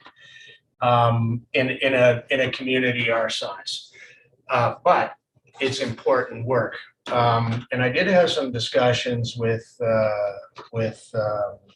Nancy from Community Futures, and they've just completed a program with the town of Edson, where for a $35,000 investment, there was a part-time economic development service provided to the town of Edson. I would like to address the level of investment into economic development at this point, and I would move that the focus economic development on measurable targets proposal be added to the January 14th, 15th meeting for discussion with council. Thank you very much, Councilor Labarge. Council, well, and it is now on the screen. Is there any discussion or questions on the direction, Councilor Race? Thank you, sir. So reading this, I could be wrong. It looks like you want to eliminate a position within our, I would, yes. And it's LABERT, not like my name tag spell. Thank you, Councilor Labarge. Thank you, Councilor Race. Council, any further discussion on that? Councilor Ostashik. So seeking a little bit further clarification, then is this, are we looking at a full-time permanent position? Is this targeted position that's going to be targeted to achieving certain strategic objectives, or how would this be managed? And then I may have a follow-up depending on what the answer for that is. Thank you, Councilor Labarge. My intent would be that it would be directed to a program. And the way it worked in Edson was that, and the reason that it cost what it cost was some of those duties were shared with regional economic development as well. And that's the other part of economic development, is so often those initiatives flow into a regional focus. And so it was both of those things. So as it was a full-time position, part-time to focus on municipal Hinton's economic development initiatives. Would you like the follow-up, Councilor Ostashik? I would, I guess. So I do have a bit of concern if it means eliminating the economic development position in the organization. There is a town of Hinton economic development strategy that was developed a couple of years ago. And part of the role of the economic development personnel in the community in the town of Hinton is to govern that strategy and ensure that it continues to move ahead. I would hate for that strategy to fall by the wayside and all the progressive initiatives that are in it to not be at the fore of economic development. It's kind of a cascading building effect. And so if that's something that was going to be taken over by this contracted position, could potentially consider it, but there is something to be said for consistency and continuity as well. Thank you. Councilor Taylor. I think this initiative could do this, and we could target some of the things that are currently going on that are pretty important to us.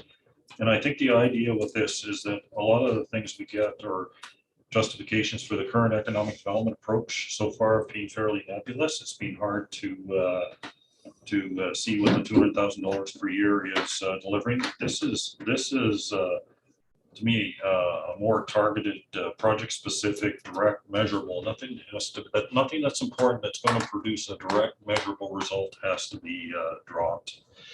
And so something wouldn't go ahead unless there was going to be some sort of justifiable return. That return might be $50,000 of economic generates $50,000 more of revenue. It might be this return will generate these many visitors. It's fairly specific, and it's a measurable economic output. The current system that we have right now isn't that. You've all heard how it's being justified in past meetings. Thank you, Councilor. I have Councilor Ostashik, Race, the mayor, then administration. Yeah, so it was just to follow up on my previous comment. I apologize, I didn't really phrase it as a question, but I was hoping that as the presenter, Councilor Rivera, should be able to speak to the intent of it and how that how his proposal fits in with the town economic development strategy and it being able to move forward. Thank you, Councillor. That was a direct question, so. we'll Yeah, go to and that Councillor was, Labarge. that was my intent, Councillor Stashik, is that would be one of the goals of this position, yes. Thank you. Thank you. Councillor Race, the mayor, then administration. Thank you, Mr. Chair. You know, right now I'm thinking this is somebody's job we're talking about. Tomorrow they'll see this and go, that's my job they're talking about. If our economic development department is not doing the job that we expect them to do, I think as a courtesy, we take that to our CEO and have our CEO address that with them and give them the opportunity to do that job. That's just my thinking. Mr. Mayor, then administration. Thank you, Mr. Chair. I do agree it becomes challenging when we're talking about certain positions. But I do support this in essence and saying this is a new process for us, but I believe there are better opportunities out there, whether that's specific to this, but economic development can be produced in many ways. It could be in addition to this, to me, to see the business case on what we currently get compared to an alternative, to me is my premise of what I'd like to see, and then for council then to decide. So I know it's a slippery slope. It's really challenging on focusing on only one solution, but for me, I think I'm open to multiple ways on how to implement a change in this department. So for that, I'll support this. Thank you, Mr. Mayor. Administration. Thank you, Mr. Chair. My apologies for not catching it sooner. I did not realize that there may have been a discussion about our existing staffing levels. If this is intended to replace something that we have now, this discussion should have and still can go in camera. If we're talking about something that's in addition to what we have and you're suggesting to add a position to do different work than is being done now, then we can certainly continue with this conversation. Thank you, administration. And I would point out to council that the operating project proposal, rightfully so, simply discusses a target reduction to the budget of that department. And then administration will bring that back. I would say it wouldn't be prudent for council at this point in the game to assume how that will be delivered through the operating budget, nor would it be appropriate, especially out of camera, as the interim CEO has suggested. I believe I have Councillor Labarge up next, and then no one after that. And just to follow along on Mayor Michael's comments is it says such as, and I'm not tied into anything in particular. I just say let's figure out the most effective way to do that. Perfect. Council, the speakers list is empty at this point. I'll look for any final comments or questions, and if not, we will call this to question. Seeing none, we'll call this to question. That committee direct administration to include the Focus Economic Development on Measurable Targets Council Operating Project Proposal as part of the draft operating budget report presented at the January 14 and 15, 2022 Committee of the Whole meeting for further deliberation. All those in favor, please indicate. All those opposed, and that is carried 6-1. We will move on to the community service, to the increased level of service at the cemetery as presented by Councillor Ostashik. Thank you, Mr. Chair. So I'll start with making a motion that committee direct administration to include the increased level of service at cemetery council operating project proposal as part of the draft operating budget report presented at the January 14th and 15th, 2022 Committee of the Whole meeting for further deliberation. Thank you very much, Councillor Ostashik. Would you care to speak to that? Yeah.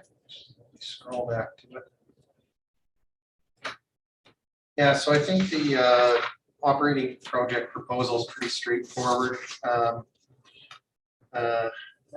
In my time on council, I think in aggregate, I probably received the most complaints and concerns voiced by citizens about the condition of the cemetery more than any other green space in the community.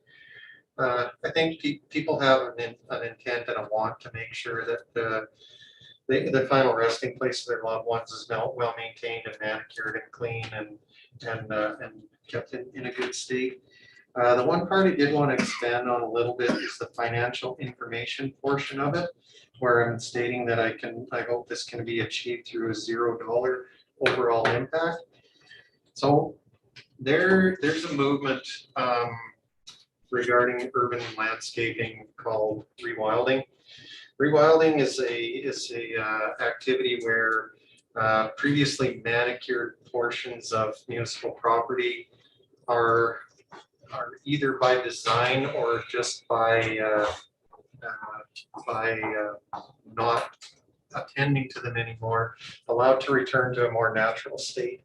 And that more natural state has several benefits for the community. It allows increased biodiversity, which allows native insects, butterflies, birds, small mammals, things like that, to move back into areas that they've previously vacated. It obviously cuts down on maintenance costs as there's less mowing that's required, less maintenance of the properties. And it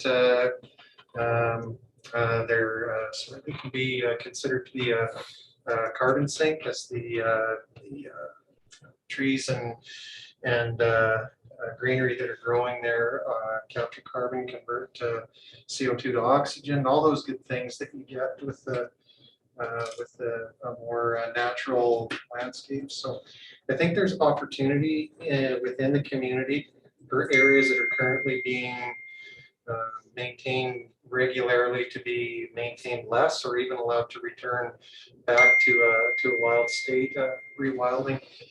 And I hope that this proposal gets people thinking that way as development moves forward.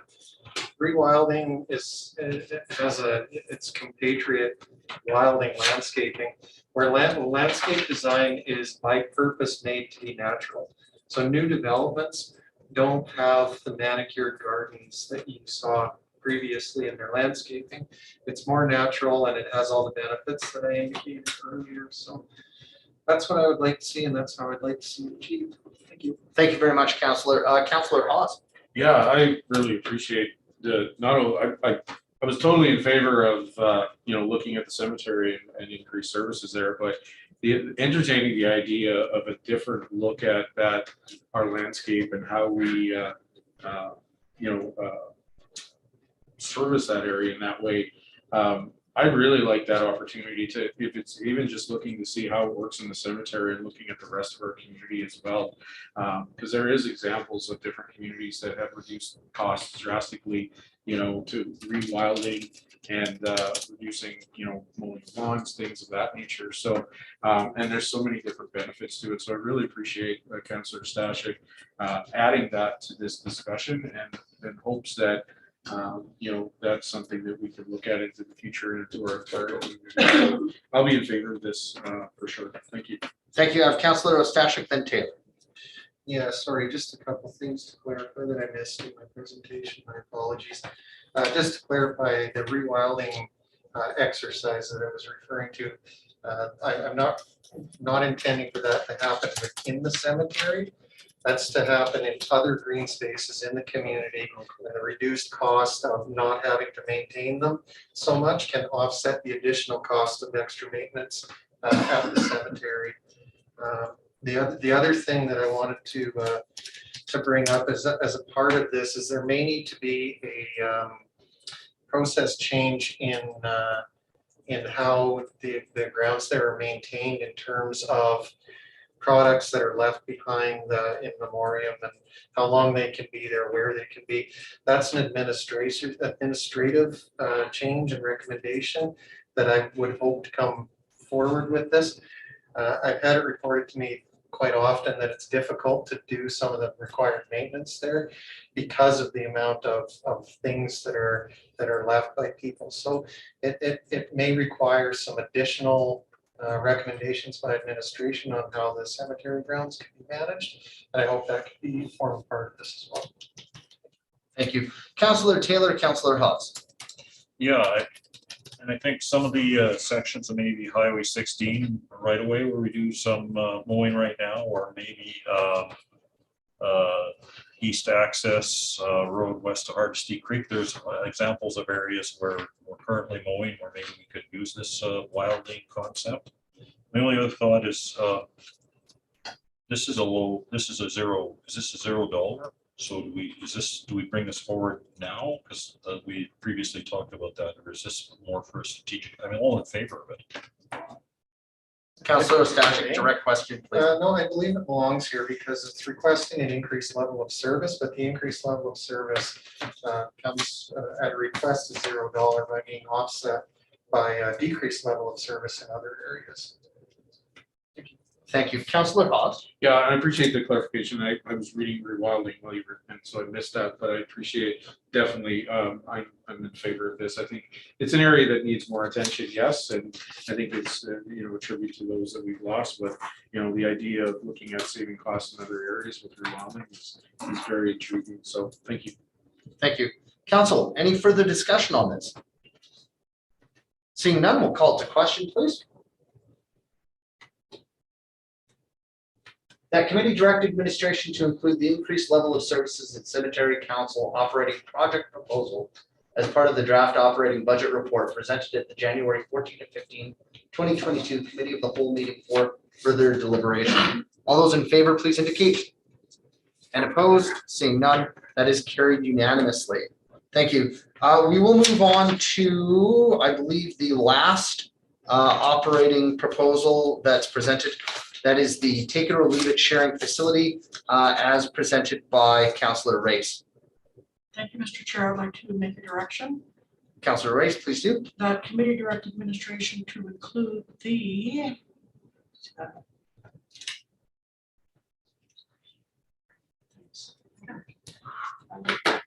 to conduct a 3-month take it or leave it sharing program project at the Rowan Street Recycling Compound.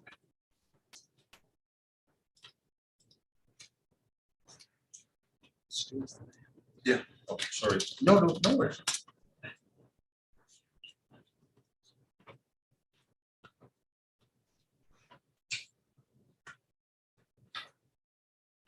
So I guess if saying that committee directed administration to, Sorry, I believe admin just wants to make sure that they're getting.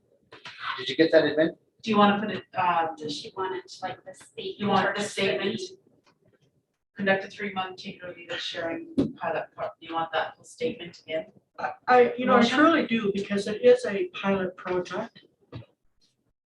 If I may, Councillor Race, the purpose statement that we've been using in the other projects has been the title of the direction. Yeah. And you have included in your scope statement that it is a 3-month pilot project. So just in order to stay true to format, I mean, ultimately it's your motion, but it would fit the format of the other ones. No, I'm not opposed to take it or leave it sharing facility. As long as everybody realizes it's an opportunity to have a pilot project. And may I speak to this, sir? Absolutely, please. So this is something that and you guys, it's gonna sound like I'm begging, and I truly am begging right now.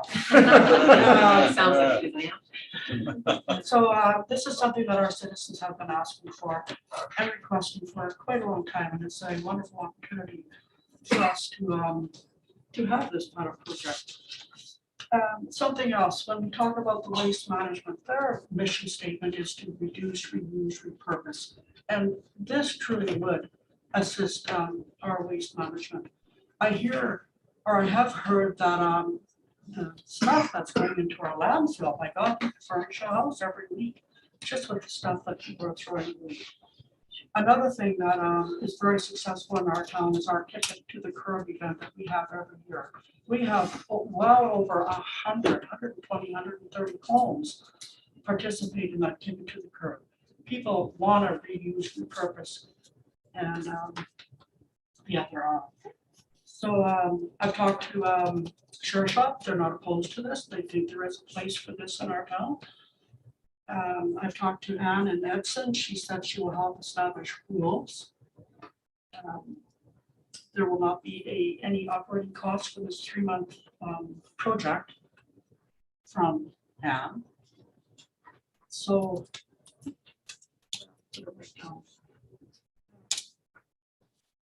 and here I'm just really hoping that council will support this project. Thank you. I have Councillor Taylor, Ostashik, myself, then Labarge.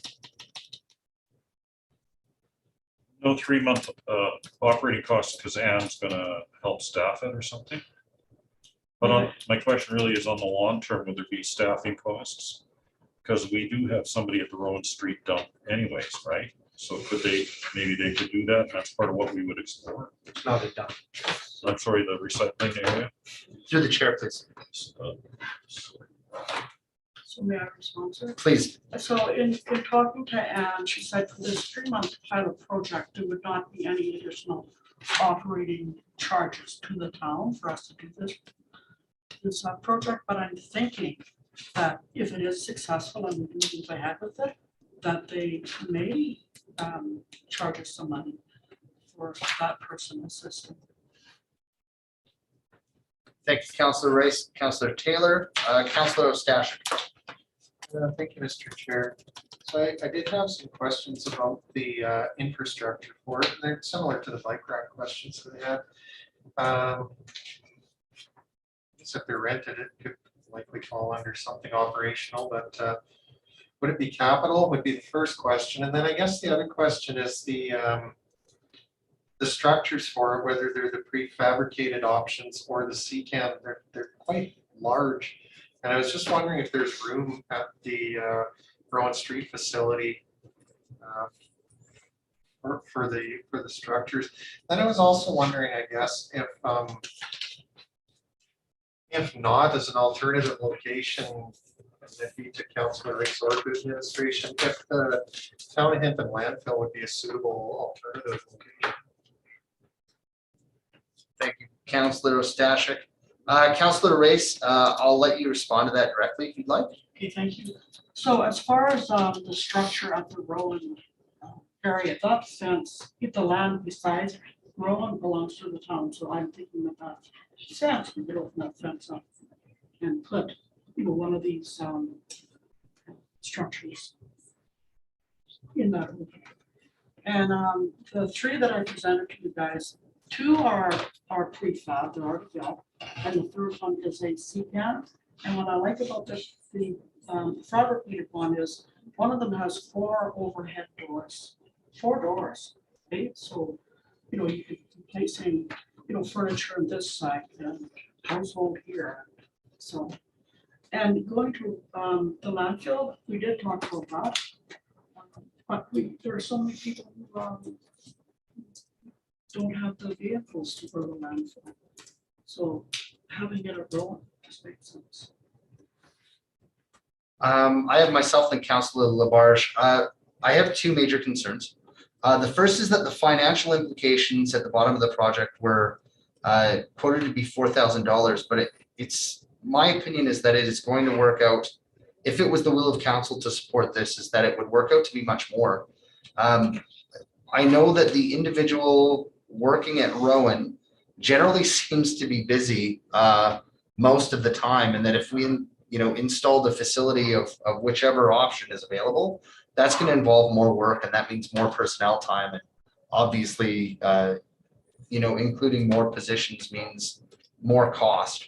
And then secondly, if we're talking about modifying the existing structure of fencing, I don't see us fitting a CCAN in the existing structure. That doesn't strike me as possible.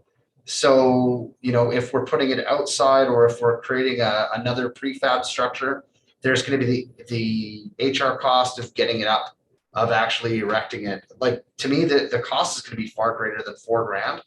And for a 3-month trial, I'm really hesitant if that's not something that's included in council's strategic plan. I'm not against it, but I think a better way to approach that is to discuss it as, is that the desire of this council as a whole? I just see the costs outweighing it in terms of 3 months.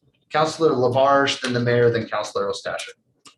So just clarity then, so Anne from Yellowhead Recycling, she would provide what we would need to do this, or she's just providing the service, we'd still have to go and get a CCAN and so wouldn't it be $16,000? I'm sorry.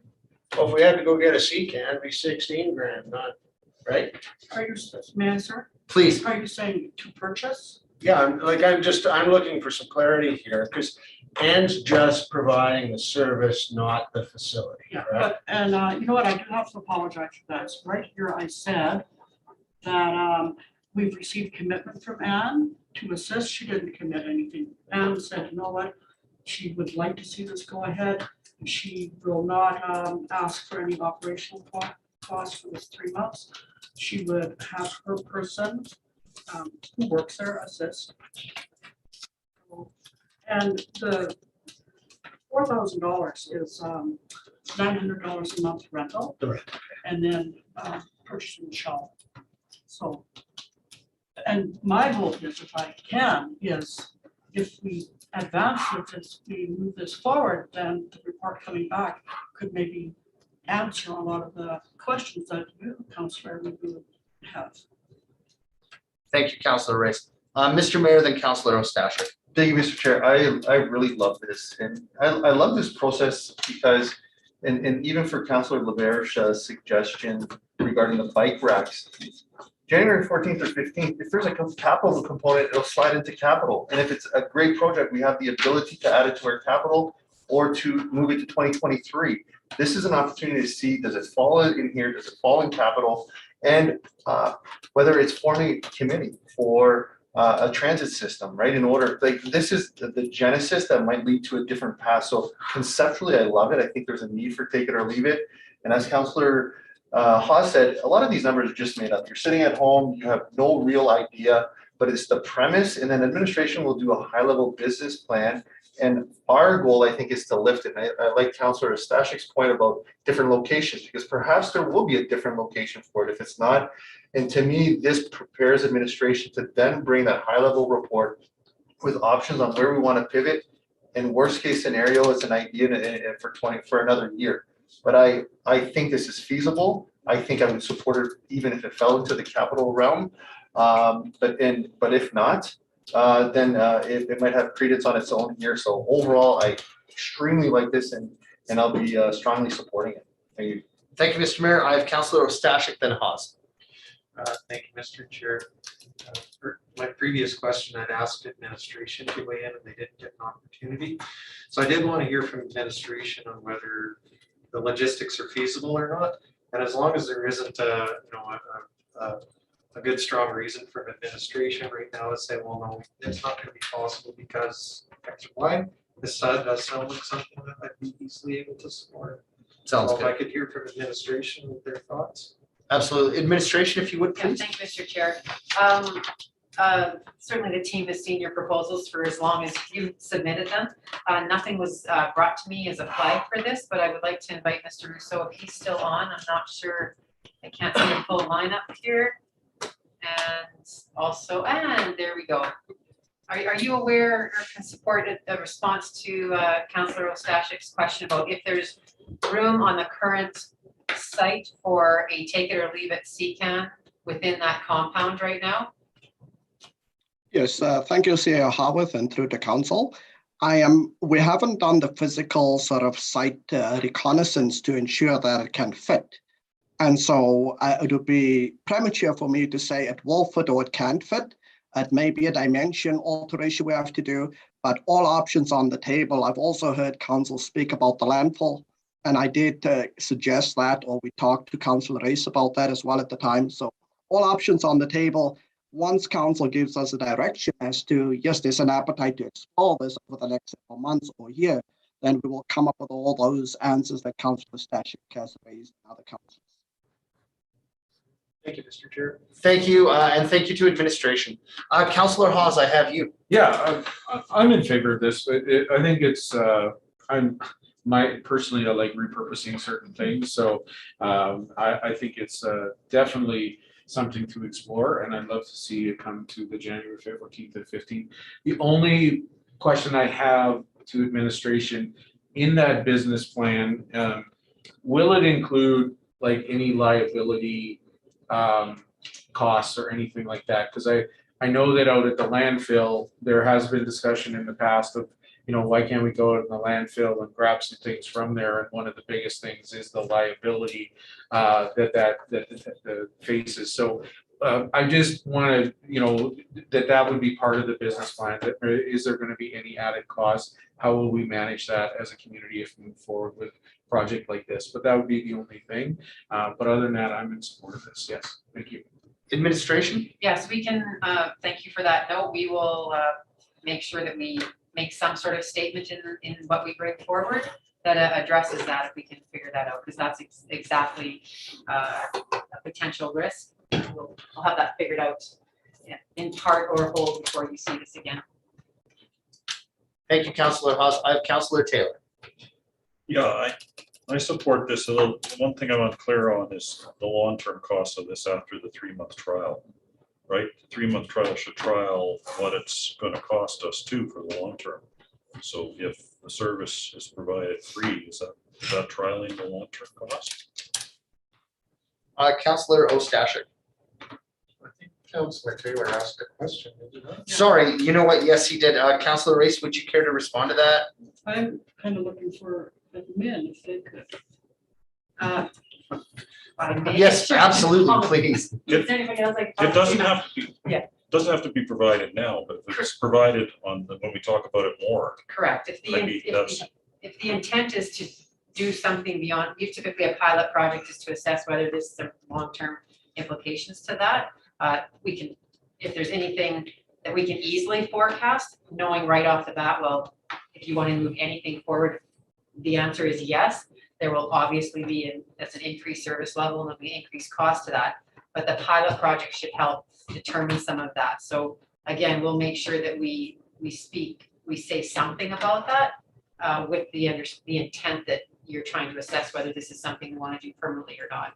But that may not get fully fleshed out until the pilot project is completed. Thank you. Thank you, administration. Councillor Ostashik? Mr. Chair, yeah, my question was actually to expound on that a little bit. I don't really understand what would we get from piloting this that we don't necessarily know already, that we can't just make a decision whether this is going to be something we want to do or this isn't something we want to do. So if anybody can enlighten me on what we're going to gain from piloting it, that would be appreciated. Thank you. I'll give the right of first response to Councillor Taylor and then to the mayor. The only answer I think we're missing is the long-term cost, like for having a person staffing it or how it's going to get staffed in the long term. Yeah, you may. Is that going to be proven through a pilot though? No, Can we not? No, that's the problem. Yeah. Council, I'll go to the mayor. Yeah, thank you. My personal intent is I'm actually already leaning when January 14, 15 to give direction to make this permanent set. But this is, I think, the process where we get the high level report, sort of like when we did our capital budget, we get a 2-pager on a certain item. We are diving into something of interest and we have the opportunity to do it right away. Say no to it as a pilot project, say no to it as a 2022 operating thing and pivot from there and actually implement. Otherwise, we're forced to restart this conversation from scratch either today, give that direction, or it stays in limbo. So I like this process of allocating a little bit of time to better pivot later. So, but personally, I think the same thing. I personally just want to do it, and that's where I'll go with that conversation. And I like that Councilor Race talked about the cost of purchasing within it. It's already a variable that I believe administration will, at least allude to some extent, and then we give that direction. So I think that's a great question, and that's where my mind was going already. Thank you, Mr. Mayor. I have Councilor Race. If I could follow up then. Please. If I may, thank you, Mr. Chair. So yeah, my preference then is actually to, it wouldn't be to pilot it. It would be just to make a decision about whether we're going to do it or not. Because if we go with the motion as it's worded, administration is going to go down the road that we're piloting this for 3 months. So they're going to seek out options to rent something that can be used for 3 months. And then there's going to ultimately be a decision about this is something we want to continue forward or not. So then comes an additional decision. Do we continue renting? Do we purchase something? Does this have to get moved out? So the one we purchased get moved in? I would actually, if this is something council supports, I'd actually like to see the scope of it changed potentially now that is, is take it or leave it something we want to pursue, or is it not? And that would be the business case study that administration comes back with. I have Councillor Race up next. Thank you, sir. I certainly, you have no idea how much I appreciate the comment. I truly do. No, really, and also you, Mr. Mayor, I do. In talking to Anne from Edson, she said, should this be advanced or move forward? Now would be the time to get volunteers, to reach out to our citizens and say, who wants to be involved in this? I know Edson, they just have an influx of people, who want to be part of what they're doing. So should this advance, and I love what you're saying. Now's the time to, get our volunteer list going. Councillor Ostashik, I did still have your name in the list, but we gave you that clarification. Would you care to speak still? No, I was simply asking for a follow-up at the end. I'm good. Thank you. Okay, sounds good. Mr. Mayor. Thank you, Mr. Chair. I'd like to propose a friendly amendment to Councillor Race to change the purpose of this project to be, as Councillor Stashik alluded to, as a permanent fixture. And then administration knows to focus their energy simply on that, and then we make that case. So the amendment would be to add as amended with the intent of council making this a permanent project.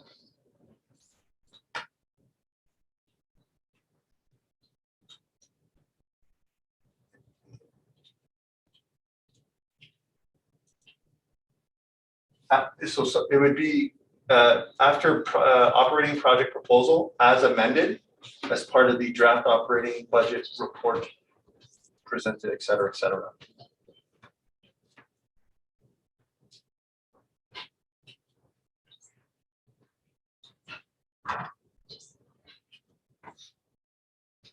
Administration, well, that's being changed. Yes, well, we're just scripting that. Can I invite Mr. Rousseau to chime in here?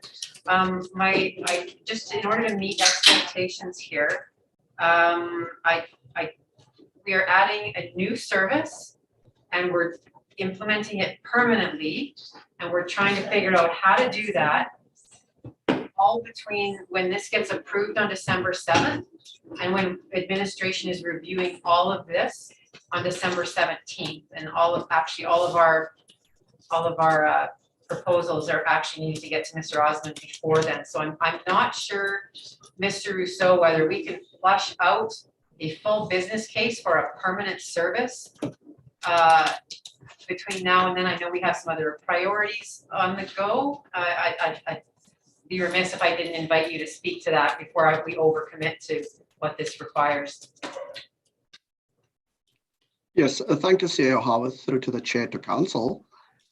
This would, of course, add to get a full business case to this date is going to take full resources, research, as well as making sure we can satisfy all of the highlighted comments from council. So the time is tight. Certain things will have to be compromised or to be maybe put aside in abeyance.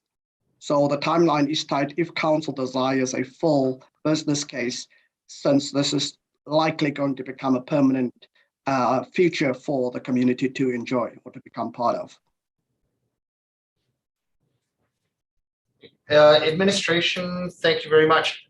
Go ahead. And one other thing, I was gonna say, you'll notice Mr. Osmond left. He's joined us from another meeting he was in tonight.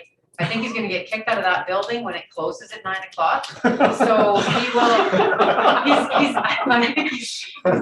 I don't think he can just move to the parking lot. So not that I don't wanna rush this conversation, but he will leave us shortly and I will take this item to its completion. So I just wanted to note that. Thank you, Mr. Osmond, for joining tonight. All right. Thank you, Laura. Thank you, council. Yeah, I'll connect with you tomorrow. Councillor Hawes, are you just because there may be the need for a separate queue, are you speaking to the feasibility of the full year or Yes. part of the permanent? Okay. Yeah, So I have yourself, then the mayor, then myself. I totally agree with what's happening, but it's totally changed the scope of this whole thing. And I guess I'm looking at, and I briefly looked at, to make it a permanent too, is I don't see CCAMs as an option. I personally, look at the square footage of Edson's Take It or Leave It, and I'm not entirely sure of all the things that they come. I guess where I'm at is a 3-month project at least would give us a place where is it something our community is using? What kind of do we get? And then look at where the future is at. I guess that's where I'm at. I agree it should be a full-time one, but I'm just, how can we pull that together so quickly like that, I guess is where I'm at as well. I was of the mind we have a 3-month and then see where we're at, and then does our community want the future as a permanent?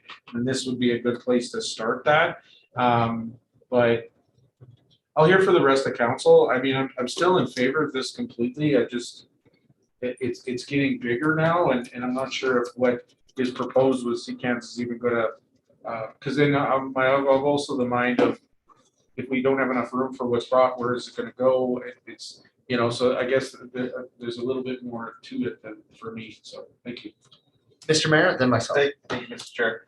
I'll reiterate, I think we're getting too much into the specifics. Yeah. This is the concept. Administration already indicated that they will not spend a lot of time on each one, and they will give the recommendation, and more than likely, this one won't be introduced in February 1st of 2022, operating and working. Let them come back to us with that, spending minimal time for us to then pivot and say, perhaps we target 2023 for the delivery of it. Perhaps we get a report for October of 2022 based on what they find at a high level. I'm looking at this as that opportunity. Otherwise, what is the alternative? The alternative is then we either have to, on the fly tonight, figure what the alternative direction is, have a conversation on building the report, or it has a new genesis. We have an opportunity now for admin to spend a couple of hours and provide us a great starting point. Again, I think we're asking too many questions on, well, this and that for that stuff.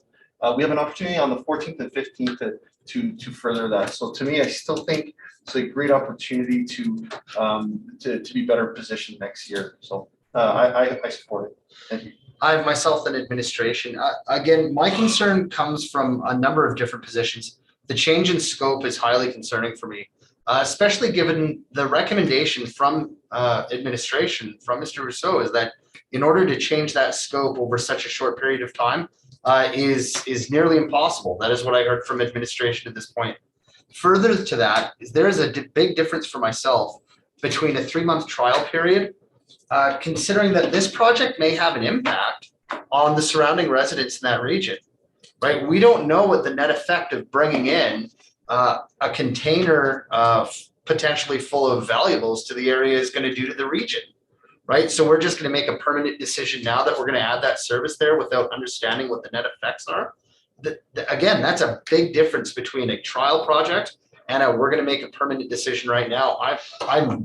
If we're saying permanent, I am fully not supportive of that, because I don't think we understand what the long-term consequences of that decision are. And then administration has backed that up by saying, we can't tell you what the operational or financial consequences of that are going to be in the short period of time. So again, that causes some double concern for me. So I'm unwilling to support it, given that change in scope.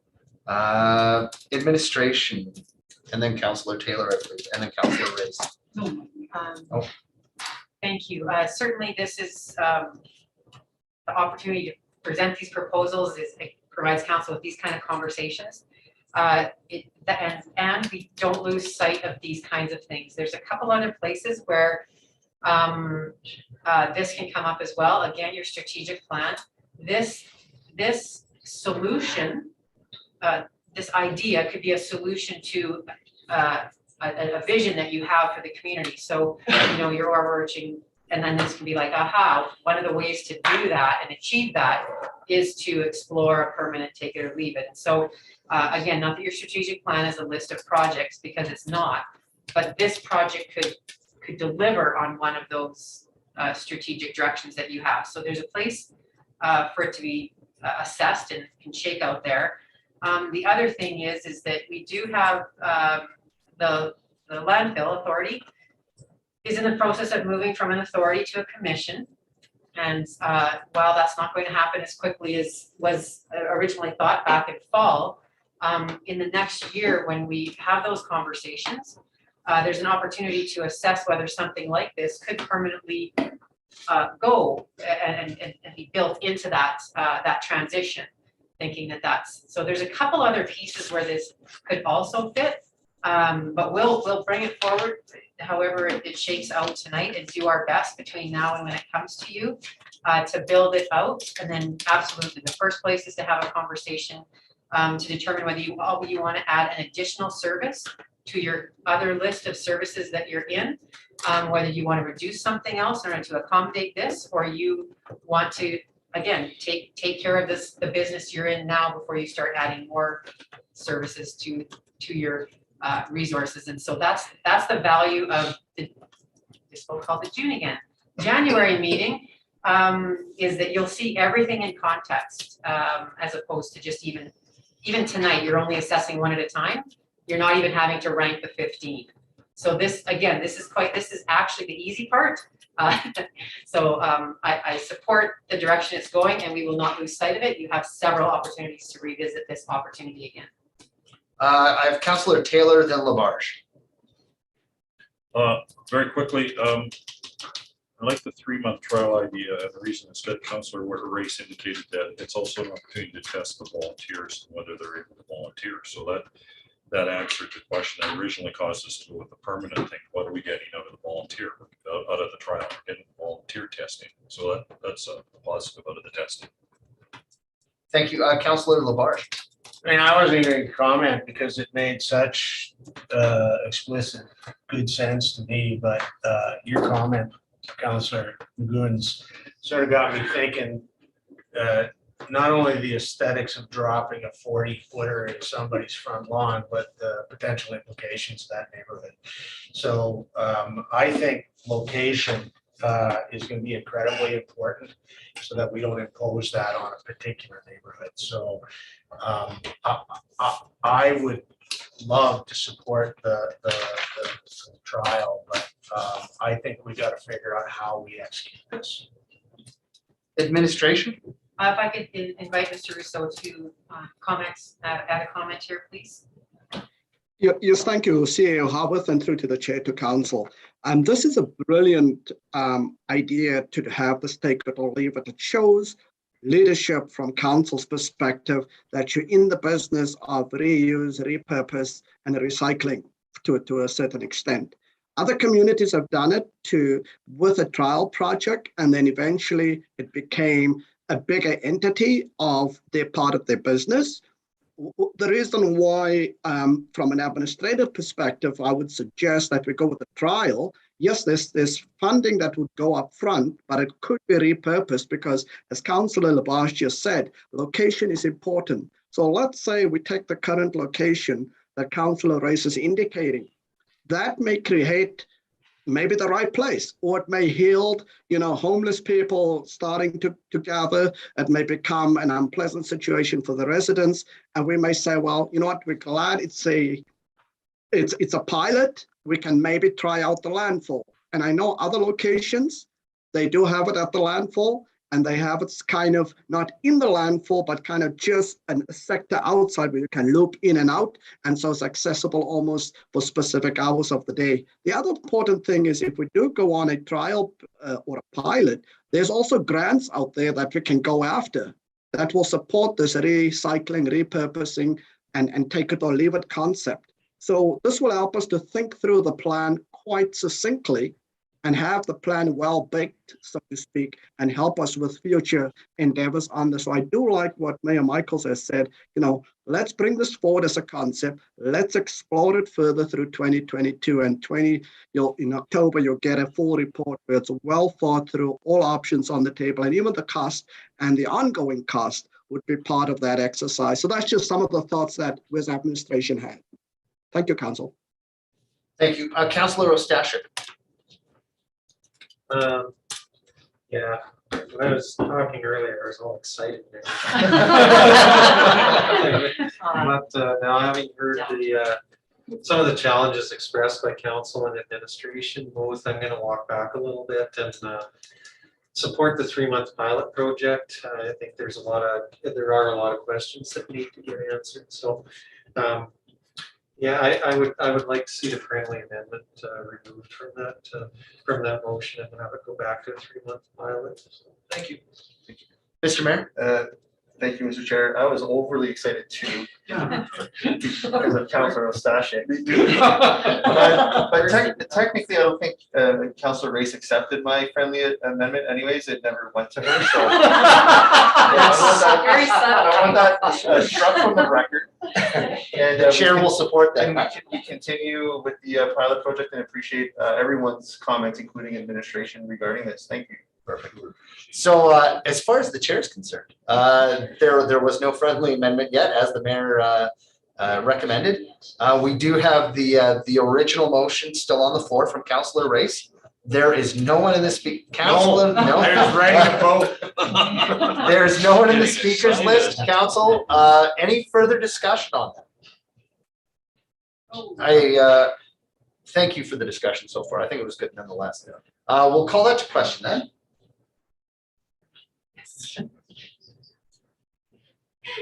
We weren't sharing properly, so people will be able to see if we don't. There we go.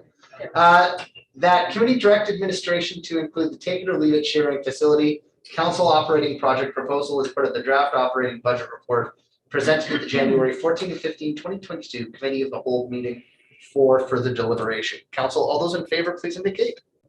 And any opposed? Seeing none, that's carried unanimously. Great idea. There you go, My wife's Councilor gonna be Race. thrilled. Oh, no, I don't think so. Yes, Councilor Race.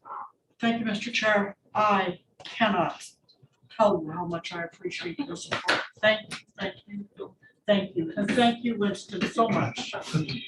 Councilor Race, thanks so much for your excitement and appreciation. Councilor Haas. I just want to take a moment and really again, and I know that we've said this to administration before, but thank you for this process. It took a while, but you know what? I really enjoyed thinking about it as a councilor, what to bring forward. And I really enjoyed the conversation that we had and the opportunity to bring these proposals forward. It also got us thinking about, you know, what options are out in their community working together that way, both with administration. So I just want to thank administration for this opportunity and this exercise, and I look forward to future years to come with it as well. So thank you, Mr. Chair. Thank you very much, Councilor. And actually, Councilor, sorry, I do want to just make sure that there's no final questions or concerns from either administration or council on this action item. And if there aren't, my intention is to go to some of our anticipated motions that were expected to come out of in camera. And I would like to apologize again to council for being so excited and moving through that too quick. So seeing none, Councilor Hawes, if you're ready, I'll go to you. Yeah, thank you, Mr. Chair. Yeah, in regards to our in closed session, I'd like to move to accept the SAGE investigation report C-07-2021. I probably should slow down for administration. My apologies.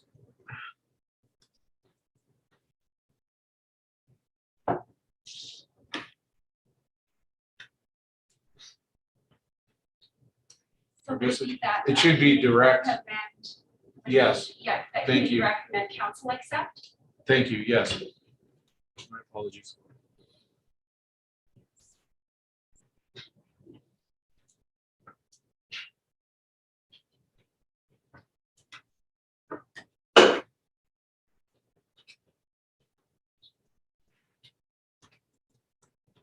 The council accept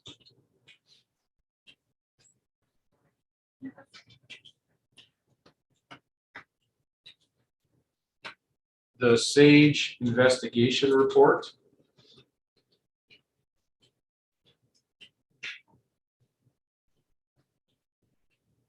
And it is C-07-2021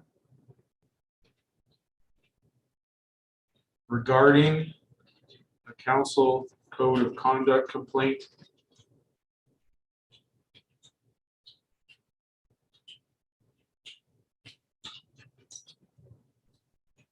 as information.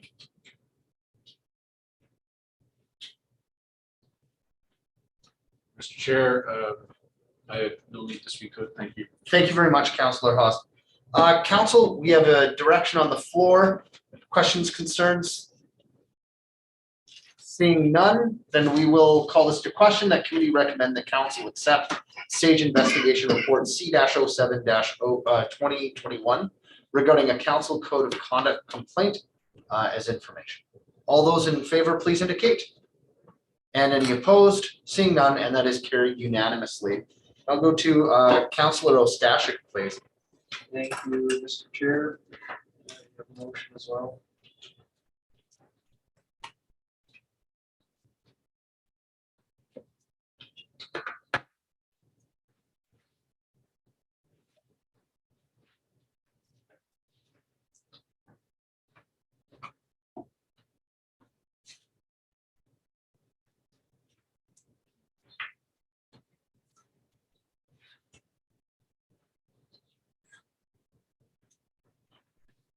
I'd like to move to direct Mayor Michaels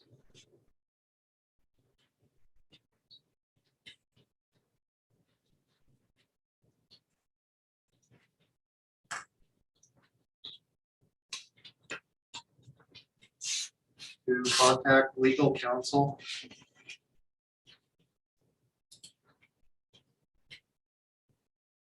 to obtain information and advice on topics as discussed in closed session.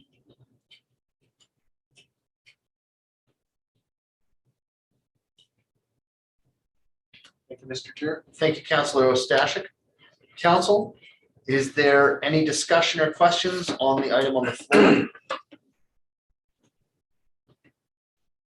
Seeing none, then I will call that to question.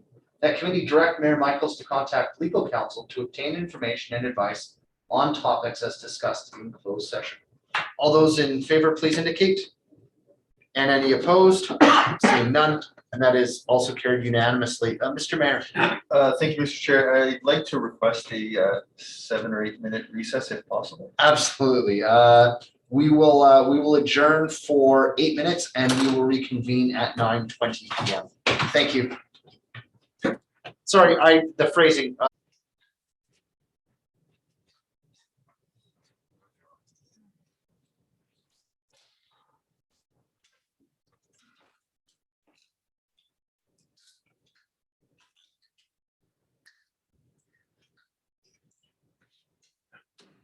Okay, we will call our meeting back to order at 9:22 p.m.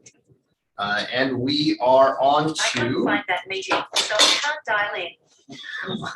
And we are on to discussion item number 1 on page 18 of our agenda. And this is the council representation on the Town of Hinton Library Board. And I believe the mayor will be leading us off on this one, please. Thank you, Mr. Chair. This is a conversation that came from our organizational meeting, and I know we had some discussion that evening. And for myself, I think to have a broader conversation at a committee of the whole meeting. Again, I'll reiterate, my rationale is trying to balance and allocate councillors to get enough of experience and contribute to committees while balancing the timing of committees. Some committees, because of staff time, are generally during the day. And we have people on council with different roles in life, whether it's businesses, school teachers, etc. I have no problem supporting going back to the one counselor. But I believe based on the current allocation of committees, it would take a few months at the very least where I could appoint Councilor Blue to a different committee. In looking who's appointed to what, it makes it extremely challenging. So that's the only caveat. I still think there's an opportunity in the next 2 quarters to look at potential other committees and procedural or code of conduct bylaws moving forward, but with a tight timeline and administrative staff. Obviously, I picked 2 individuals who are available during the day. So again, I think this is open for conversation to continue when we discussed at the organizational meeting to see where the appetite is, and then we decide future steps. Thank you, Mr. Chair. Thank you very much, Mr. Mayor. Councilor Labarge. I'd like to make a motion, please.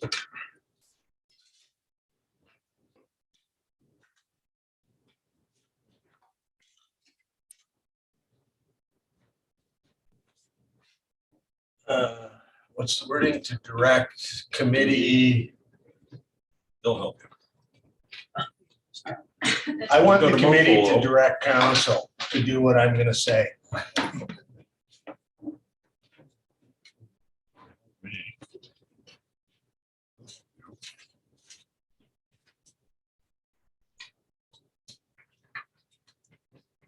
To appoint one member and one alternative to the Hinton Library Board.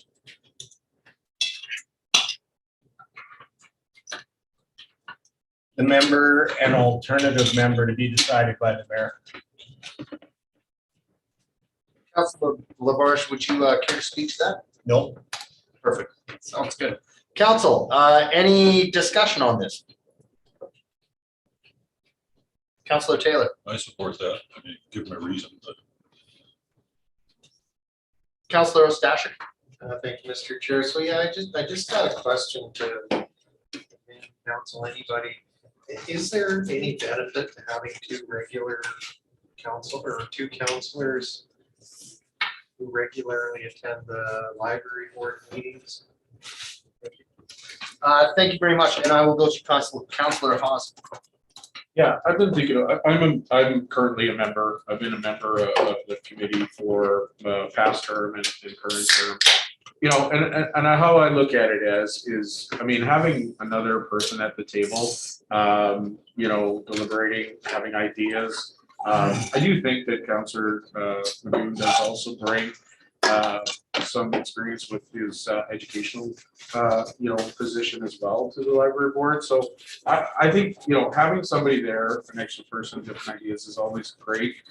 We currently have an admin staff that attends. Mr. Van Claveren attends, and when things go back to the way we're that interim CEO as well. So, like I said, I think that it functions well with one, but there's no harm in it. And I think for me, if there is going to be a look at other committees and things, I think, you know, leaving Councillor Magoon potentially on there until that occurs, just in fairness to Councillor Magoon as well for committees. You know, we only meet once a month, you know, and I think that that's a reasonable ask. I think at some point, I do agree with this, that we could go down to one, but I think for just fairness, to stay at what it is, the level that it is, and then Mayor Michael's working on, you know, we are looking at different committees. There's also going to be different working groups and stuff like that potentially coming up. So I'll hear from other councillors. I'm kind of neither here nor there with this one. I'm okay with the way it is right now, but later on it can change, but that's where I'm at. And hopefully that answered your question to a certain extent, Councillor Stashen. So. Councillor Taylor.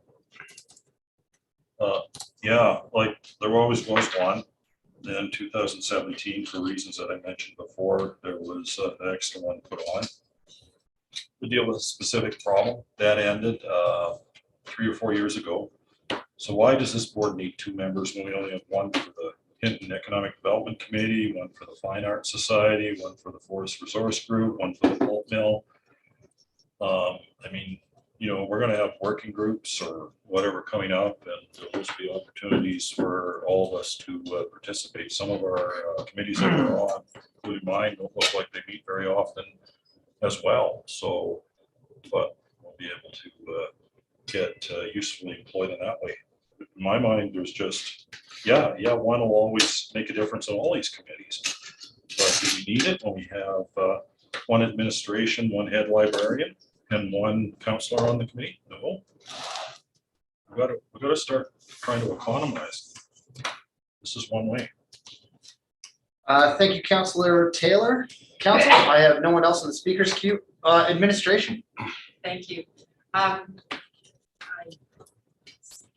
Only because I've lost track of how many members there are currently on there that we appointed at the organizational meeting.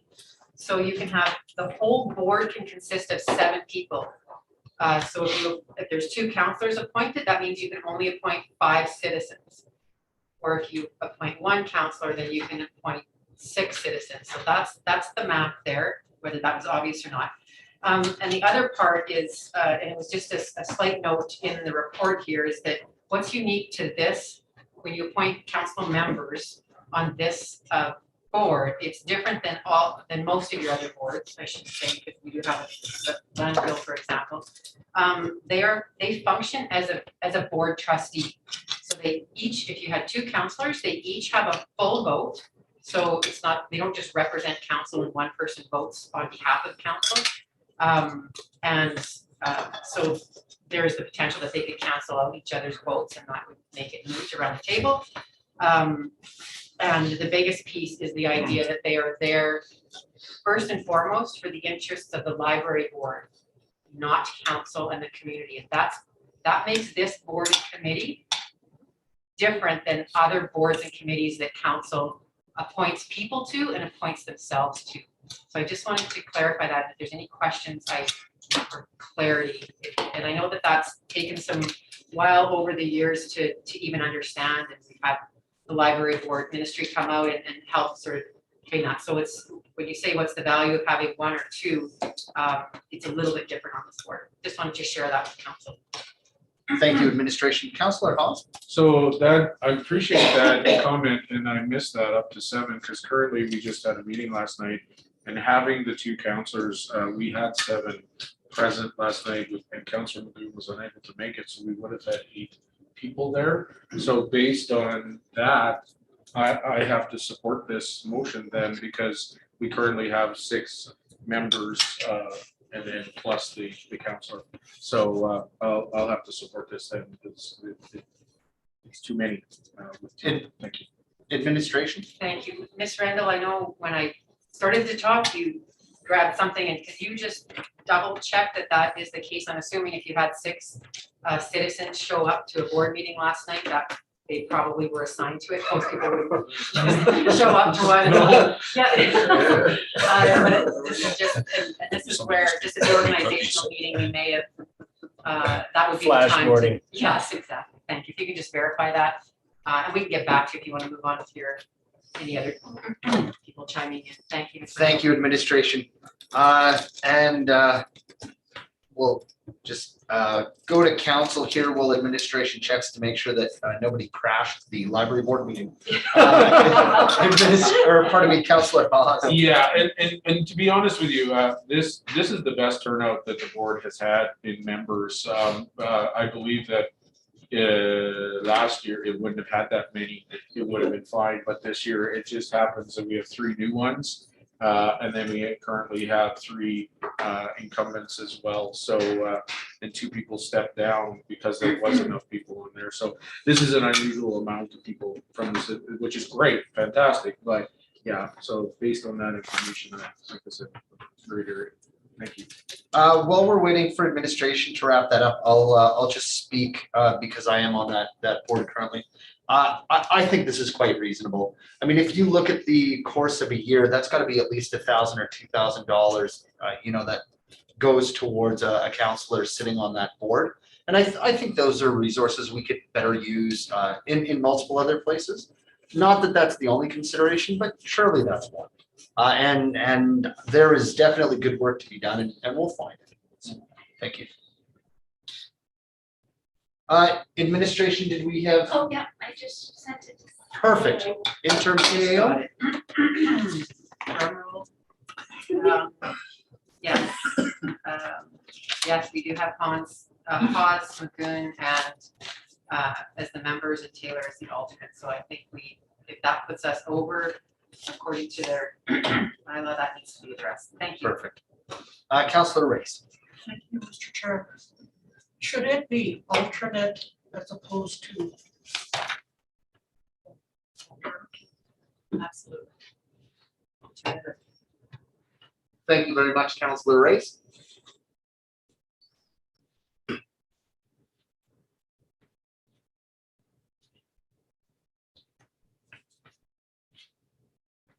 Councillor Labarge, are you comfortable with that? That's better. And the second, or the first sentence, second line.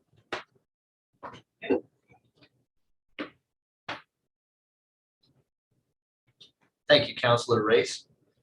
Council, we have no further speakers on the speakers list. Any last minute comments before we call to question? Seeing none, we will call to question that committee direct council to appoint one member and one alternate to the Hinton Library Board, and the member and alternate to be decided by the mayor. Council, all those in favor, please indicate. And any opposed? Seeing none, that is carried unanimously. Thank you very much. We will move on. Away from our discussion items, we'll move to information items. Number one, asset management update on page 19 of our agenda package. Administration, if you'd like to present. Thank you. Just a quick introduction on that one. This one, I should say, sorry. This is just an information update, not meant to be well, we can certainly take some questions afterwards or throughout. I'll let Ms. Petcow decide how she would like to engage council in it during her presentation. So just to provide an update to council on our asset management. So Ms. Petcow, go ahead. And okay, are we going to? She will share her screen. Okay, thank you. And then, perfect.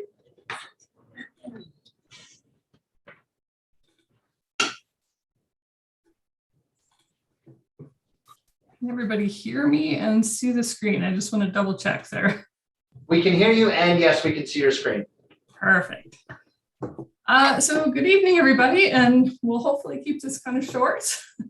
This is just really for a quick update and a bit of a brief overview for asset management, for a bit of a refresher for returning council, and just for the benefit of our two new folks joining us. So I'll just dive right in. So, it's always the question of why. Why are we investing in asset management? Well, first and foremost, we want to make sure that our decisions today have a positive result for future residents of Hinton. We want them to enjoy the same or better level of service that we enjoy today without having to carry a large financial burden. This is what we're referring to when we say reliable delivery of services. The other aspect to this is preparing for and considering the risk of failure or loss of service. So what is an acceptable risk? A broken toilet or a park bench might be an acceptable temporary failure because we can fix it or replace it fairly quickly with relatively small impact. The utter failure of a reservoir or a major sewer line obviously would have much larger impacts. Something like business continuity is also a challenge when it comes to asset management practices if they're siloed, fragmented, or held primarily in the minds of individual staff members. Without a strong system in place to manage knowledge transfer before staff turnover occurs, many years of experience, asset knowledge are lost. This creates sometimes major inefficiencies in inefficiencies in resources, staff time, and of course, money. Asset management practices ensure information is recorded in a centralized system and in a methodical manner so that this loss of information due to staff turnover is minimized. And speaking of that centralized system, this is the key component of any asset management system. The idea is to keep the asset data in one location accessible to everyone across the organization. This decreases or eliminates redundant work because this is the one master copy where the information is continually updated and everybody can be confident that that's the one where they go to. The foundation of asset management is to have sound empirical information to base decisions from. As Hinton matures in our asset management program, the data will become more reliable and enable us to produce even better forecasting to help with decision making. Now, the next 2 points touch on budget and capital planning. And I would say often the main driver behind implementing an asset management program is to get the most out of every dollar and get the most life out of every asset. When we know our assets and we can make budget decisions to make Yeah, when we know our assets, we can make better budget decisions to get the most out of our assets long term. We can create very stable long-term capital plans that are easier to justify and explain to anyone because they're based on data like condition and useful life and are evaluated against the whole community, not just one section or one type of asset. Other factors such as safety, legislation, impacts to level of service, and risk are all tied into these decisions, enabling them to be well thought out and based on well-rounded information. Grant funding may become contingent on strong asset management programs, as granting authorities seek comfort in their allocations, that their allocations are invested in communities that will manage the funds in a responsible manner. Earlier this year, for example, in a conversation with AUMA, but now AM representatives, it was made known to members of our senior team that asset management will start to weigh really heavily on who will receive grants. And although not a firm requirement, it has been communicated as well from higher levels of government that municipal asset management requirements are of some kind are likely coming. Ontario has regulations in place mandating asset management progression for the municipalities, and it may not be long before other provinces follow suit. States like Michigan and California are also looking to Canadian asset management regulations with the potential for implementation. So we're starting out in our asset management journey. So in comparison to other municipalities, we're fairly far behind. But other municipalities, in comparison to them, we're a few steps ahead. So let's take a look at some of our assets that we're trying to better manage. Got some pictures, less talking, more pictures. So we wanted to show you some of the failing assets. And I know these aren't our pretty pictures, but these are the assets our utilities, facilities, public works, and park staff deal with on an ongoing basis, day to day. When we talk about condition ratings specific to asset management, this is what we mean by very poor and poor condition. They have degraded to a point where in some cases they have failed.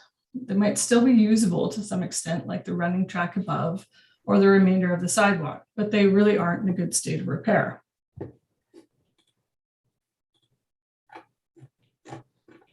Our challenge within asset management is to try to make the jobs of our field staff a little bit easier so that they aren't dealing with as many of the critical or failing assets and can put more of their focus on the operating maintenance of assets in the fair to very good condition range. That being said, trying to make everything in very good condition would quickly bankrupt the town. So we aim for a balance that is sustainable and delivers the service we are willing to pay for as a community. So where does asset management fit in the bigger picture?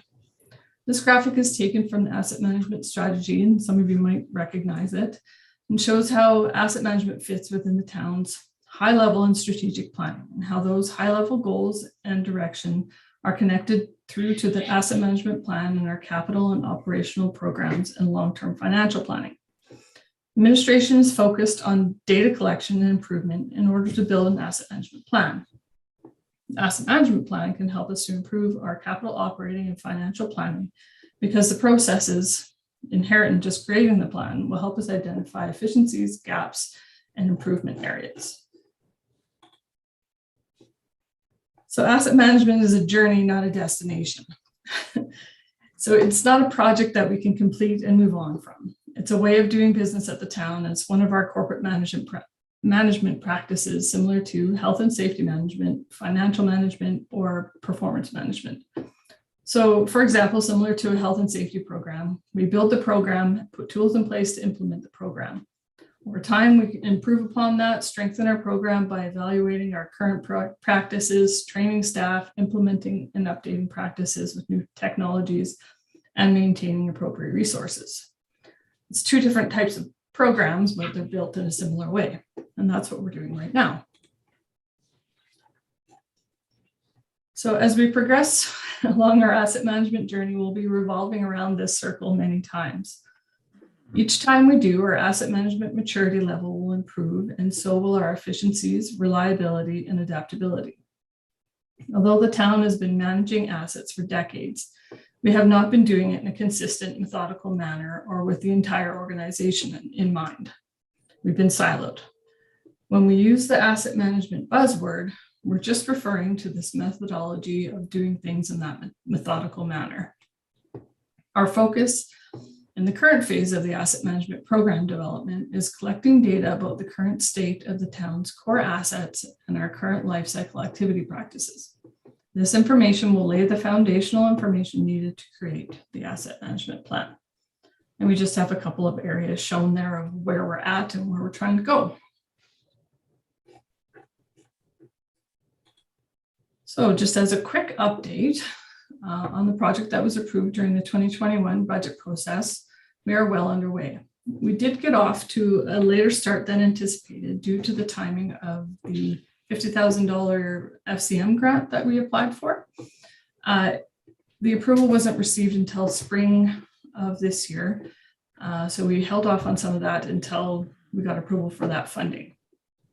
The funding window is from June 2021 till June 2022. So just to kind of let you know, we're about 6 months off of what we anticipated. But we did start off with a workshop with council in May 2021, which we hope most of you found helpful and informative. Following that workshop, we've been busy with data gathering, amalgamation, and condition assessments. Although this is shown as 2 items on this list, the information is foundational to the whole program. I might sound like a broken record by the end of this presentation highlighting how important data is, but to be honest, it will take up a majority of the time needed to build the program, up to the point where it's functional and usable for us. Anyone who might be familiar with data is probably familiar with the term garbage in equals garbage out. We've been working hard behind the scenes to collect and clean data so it is as accurate as we can make it. This is then uploaded into Citywide, which is our asset management software program. It's a central repository for all of our asset data. Thus far, we have completed basic data collection and condition assessments for fleet and roads, with work ongoing for water, sanitary, and storm sewer, as well as bridges. Major culverts are expected to be done at the end of this project phase. We're also concurrently working on creating life cycle activity models for all of our major asset categories. So fleet, roads, water, sanitary, storm, bridges and culverts, parks, and facilities. All of this collection of information is needed as a base for the initial asset management plan, which will be delivered in 2022. The plan will be our first asset management plan based on the data we have now. It will give us a good idea of where our gaps are and where we need to improve. Over the next 3 years, we'll be working to accumulate better information so as to improve upon this plan. Oh, data. As I said, as I mentioned, data gathering is one of the items we've been working on. This gives you an idea of the kind of information we're looking for. So location. This information is mainly our GIS information, and we upload that also into Citywide. So it's linked with our asset information, which allows us to easily flip between the two. So it's clear exactly which asset we're talking about. It becomes really important when we're talking about kilometers of pipe or hundreds and hundreds of signs or really any of our assets. Type, this is information like material, classification, use, the standard. An example would be something like it's a PVC pipe or a metal pipe, a collector road, an arterial road, a gravel trail, an asphalt trail, you know, a Ford F-150 Super Duty, or it's a grader, you know, sorry, I don't know grader types. So anyway, so measurement would just be like the physical measurement of an asset, things like length, area, diameter, width, that kind of thing. Age, you know, fairly obvious what that's about. Estimated useful life is you know, how long we're going to use it for. And this can change based on conditions. So for example, you know, if we bought a pickup truck and we're estimating it's going to last us about 10 years, but, you know, maybe we don't use that pickup truck that much. It's one of those ones that, you know, is only used to drive here and there, that kind of thing. It might last longer than 10 years. Maybe you use it for 15 years, or maybe it's a lemon. and you know what, we get rid of it after 5 years. So some of those things can happen, or the difference between maybe the life of a cul-de-sac road versus a major arterial road like Switzer Drive. So Switzer Drive gets a far more heavy traffic and it's going to degrade faster. The next thing is condition. So again, I kind of talked about that, but we use a scale of 1 to 5 from very poor to very good for with different meanings for different assets, but it's all rated based on the same scale. So we all know what we're talking about. Very poor to very, very good.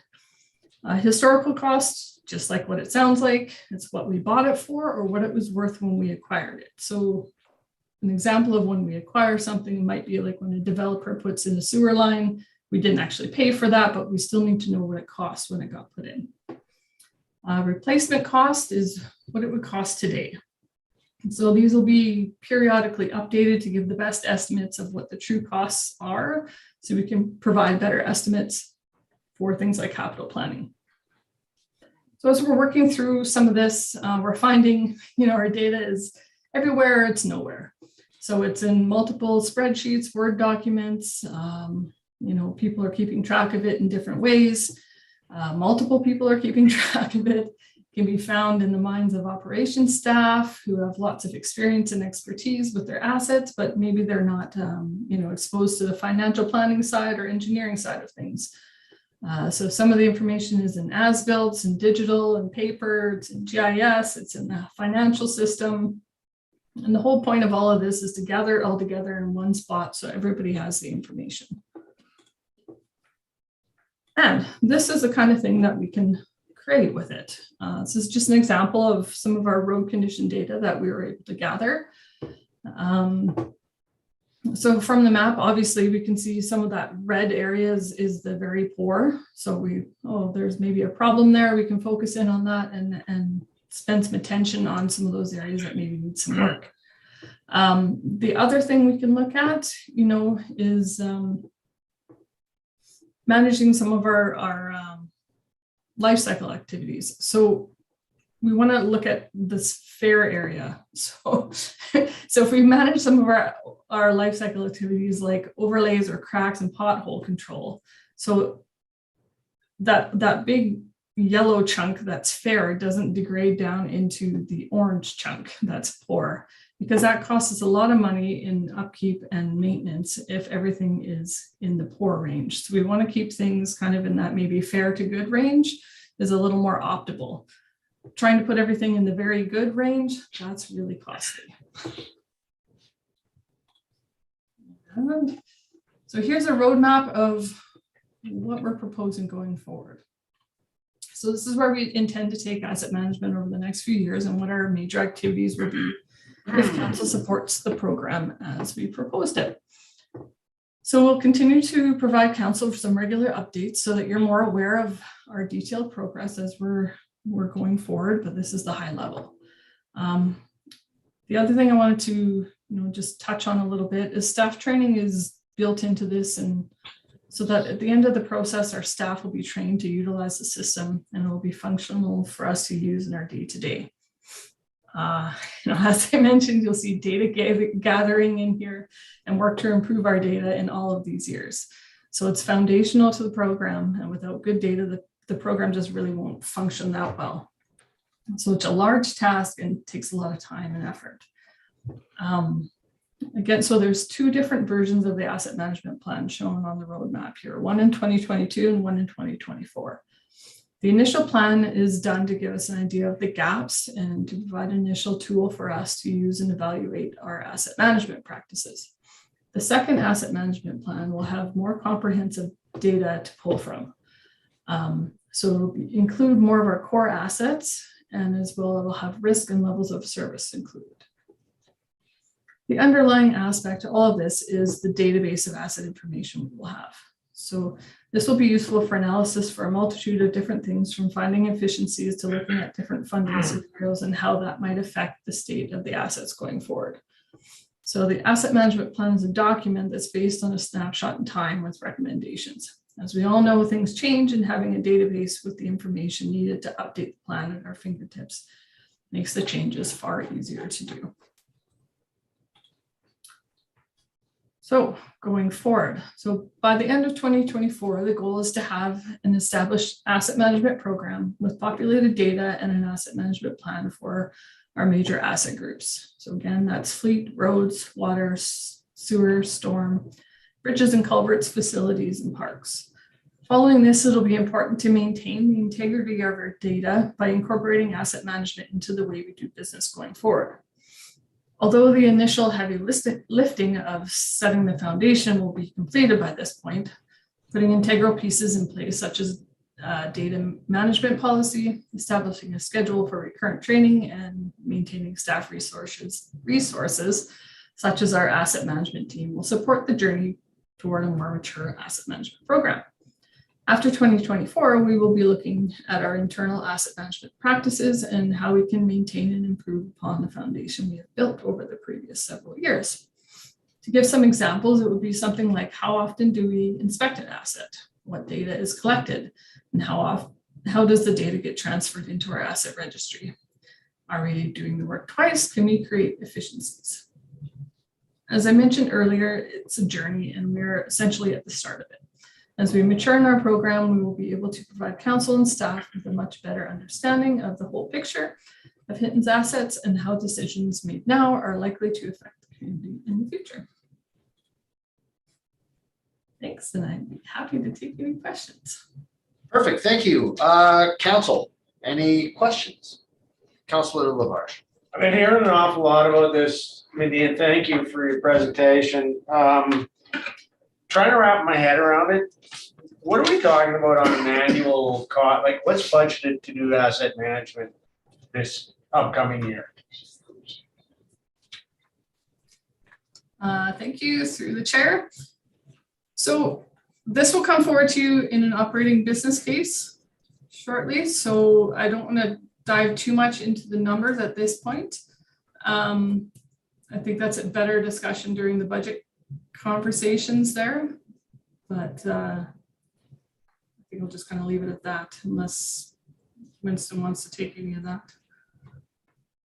And I'm not even looking to debate the amount. I'm curious what it is, because I think this is a really important program. I'm just trying to understand it.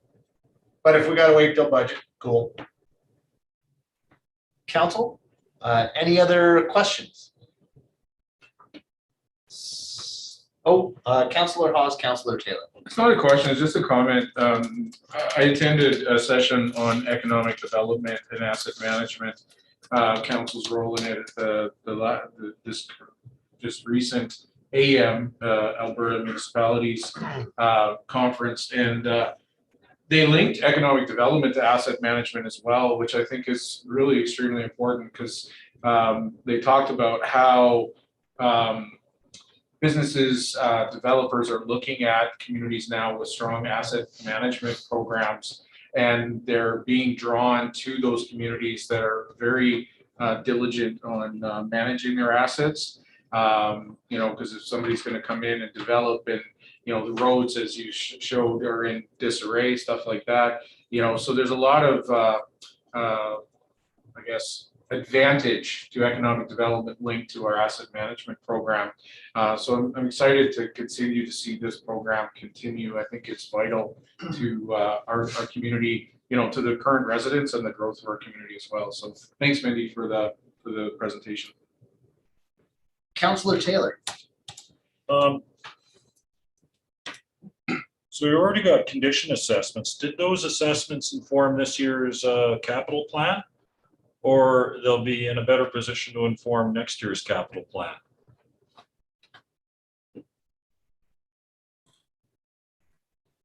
Thank you, Councillor Taylor, through the chair.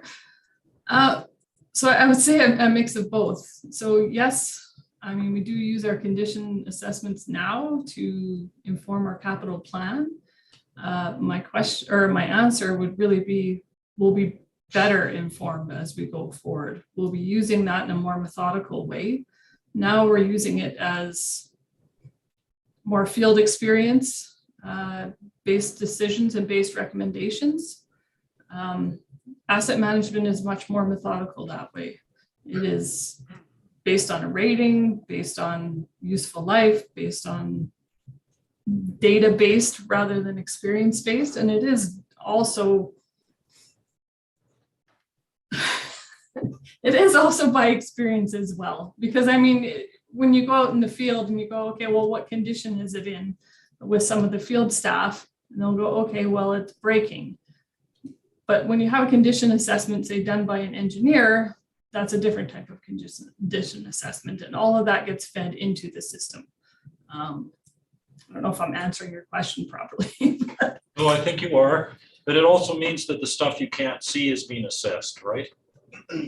Yeah. Correct. So yeah, we would be doing something like a CCTV cameraing, things like that, road radar studies, things like that. Perfect, thanks. Administration. Thank you, Mr. Chair.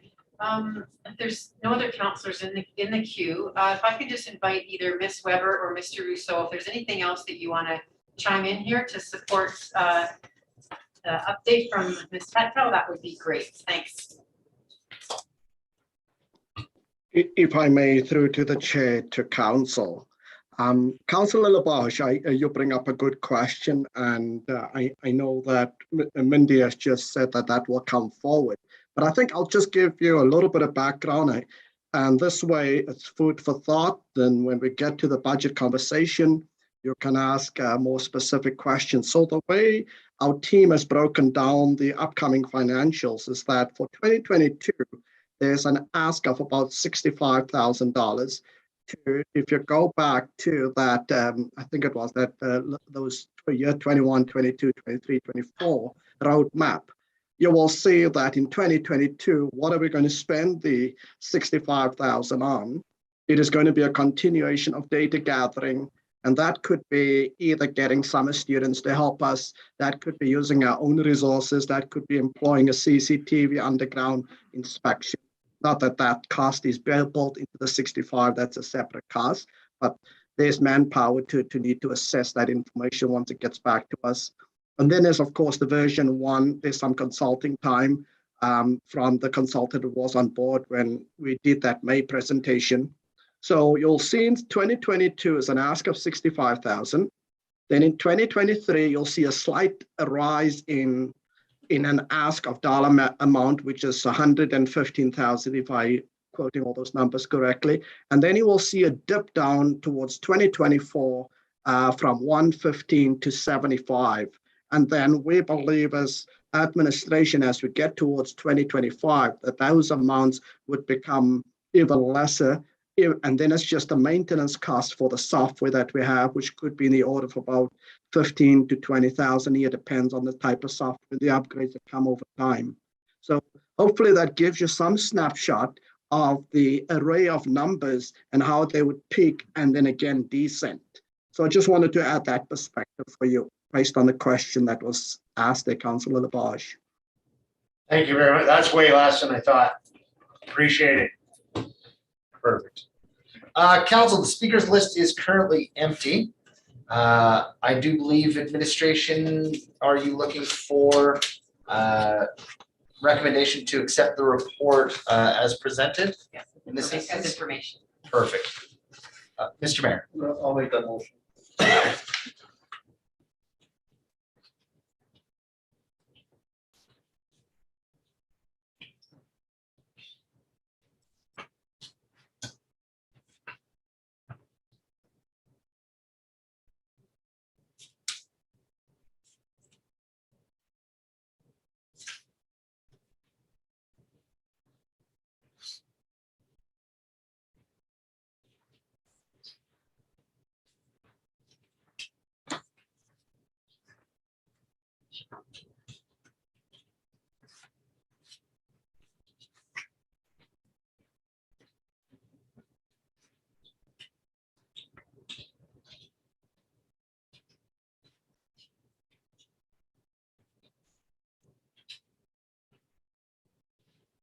Mr. Mayor, administration. If we can just add the full title, so add the word update in there.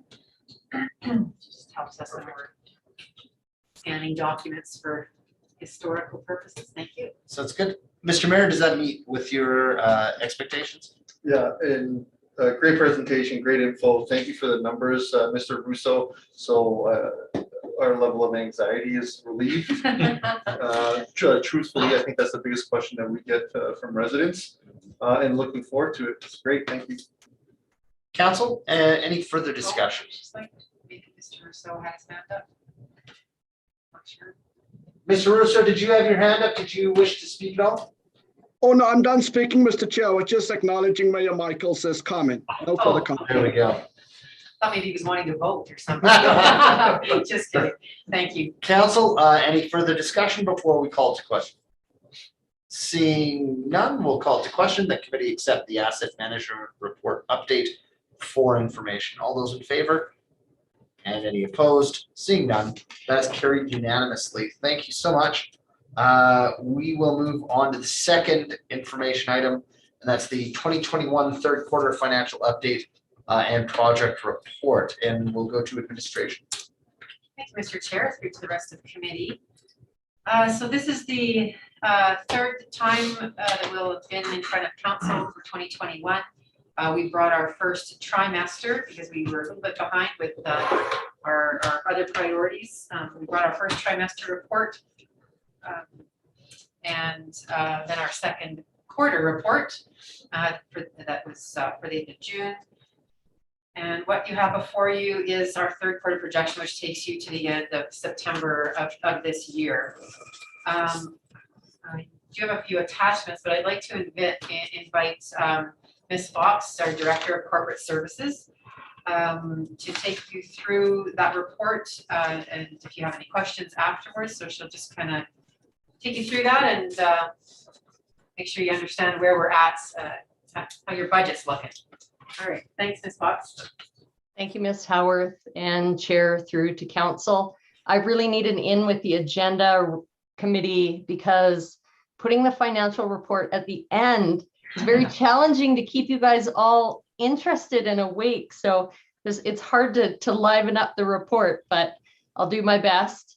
Page 32 to 35 of your agenda package is the report, if you need to refer to that. Administration will be looking for the committee just to accept the report as information. I think that the September financial results are based on object, and those are on page 40, and it shows the municipality has expended about 71.5% of anticipated expenditures and has received about 77.1% of overall revenues, which is where we would anticipate to be, especially based on the report that you got for the second quarter. The municipality targets are affected by things like the town has yet to pay out the last of its requisitions for the school and Evergreens tax amounts. This does take place in the last quarter of the year. Reserve transfers are typically not all recorded until the end of the year. So this means that some departments' financial results will show lower revenue. If there were one-time projects that were being paid from reserves, this could distort the numbers slightly.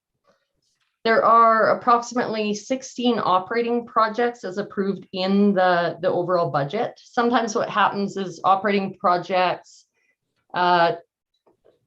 there's some misunderstanding sometimes that operating projects do not include capital. So sometimes small capital items get reprioritized as operating or operating to capital. So sometimes you'll see a little bit of fluctuation difference in the number there.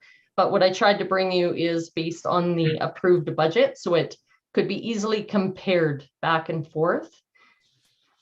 The operating projects as approved in the 2020 budget, the town anticipates will have a completion rate of about approximately 62.5% of those projects by the end of the year. And you'll see that in the attachment on page 44. The capital budget shown on pages 41 to 43 shows the actual versus spent to September in the budget. We do anticipate that admin will have about 55% completed by year end. There are an overall, I think, 77 projects on that list. This schedule does show a status for each project that was there to provide you that update that you could refer to. Administration is aware from previous conversations that council would like to know what was spent in the unplanned equipment account at the top of page 42. We have committed to doing this just with some of the new processes in place. The status got copied over, so I'd like to just give you a little bit of information there. of the overall budget of 120, 55,000 approximately has been spent. And 44,000 of this was for a high lift replacement and 11,000 approximately for a TIC replacement, which I believe is on the fire truck. I can get Mac to comment on that if I am incorrect there. And I will leave it at that. I don't want to reread out the whole report for you, but administration is here. We've got each of the department directors to respond to any questions you might have. Excellent. Thank you so much, Ms. Fox. Administration, we will go to council. Council, do you have any questions or anything you'd like to bring up for administration? Or the recommendation as well is to accept it for information. Councilor Lavarche. Thanks very much for the report. I enjoyed only in government is revenue listed as a negative. But for the reductions in utilities, which are really significant, do you see that sort of being more permanent, or do you think that moves on once we, I don't know, right ship, I guess? I'm good to answer, Ms. Howarth. I believe so, yes. And if you need to defer, give it a shot, and then you can certainly pass it on to the director. Go ahead, thank you. Yeah, I'm not going to pretend to know the answer in depth. I would say our initial assessment was this was going to be something temporary, and it was really unanticipated at the beginning of COVID, obviously. But I think I'm going to defer to Mr. Rousseau, and hopefully he can give you a little bit more in-depth outlook at what they're thinking might happen here. Mr. Rousseau? Yes, thank you, Mr. Chair. Thank you, Ms. Fox, through to the chair to council. Yes, I think Councillor Labarge used the right term as we right the ship. This will come back in terms of full bore and full capacity in terms of project completion, in terms of finishing off the capital, as we did have a lag over the last 2 or 3 years of completing capital. We've had changes in resources. We've had challenges in onboarding, because some of the roles that were vacated is not easily filled because they are in such demand in other locations. So that was one of it. We are proud to say that we have now filled those roles by looking at it internally, and there will be further information coming to council on December the 7th that we will fill council in completely. That will most likely give council a fuller picture of just some of the tidbits I'm sharing with you. But the ship will be righted as we go forward. In terms of revenue, when it comes to water usage, bulk water purchase, that's a direct relationship to where the economy is sitting, was sitting. And as it improves, we should be able to see that revenues improve marginally as well year over year.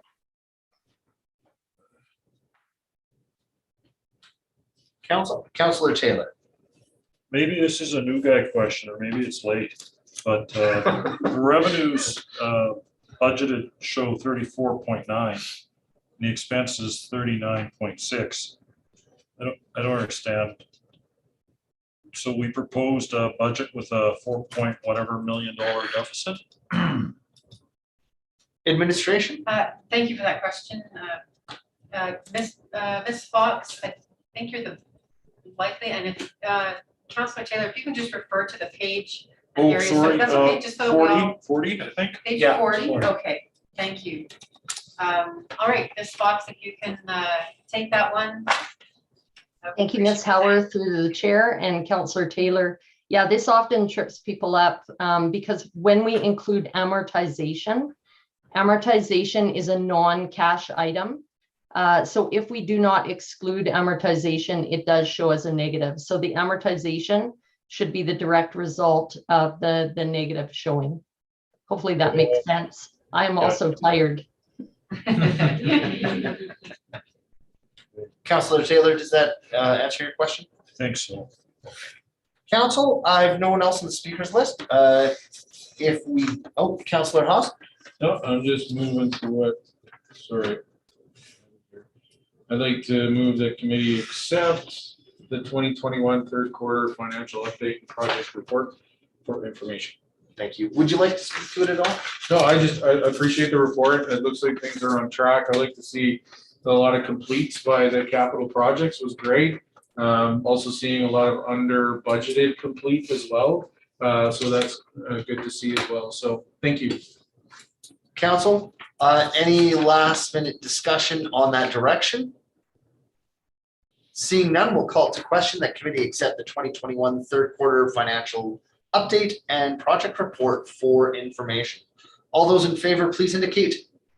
And any opposed? Seeing none, and that is passed unanimously. Thank you very much, administration, for the information report. And we will carry on through the agenda. We are into reporting, beginning with council reporting. And I will start on the far side of the table with Councillor Ostashik. Thank you, Mr. Chair. Like everyone else, I attended the AMA last week. Good to be back in the in-person. It's funny, I mean, we were used to that Alberta Municipalities Convention, so it was good to be back in person. Interesting seminars and educational opportunities. And, other than that, I had a boardwalk committee meeting yesterday.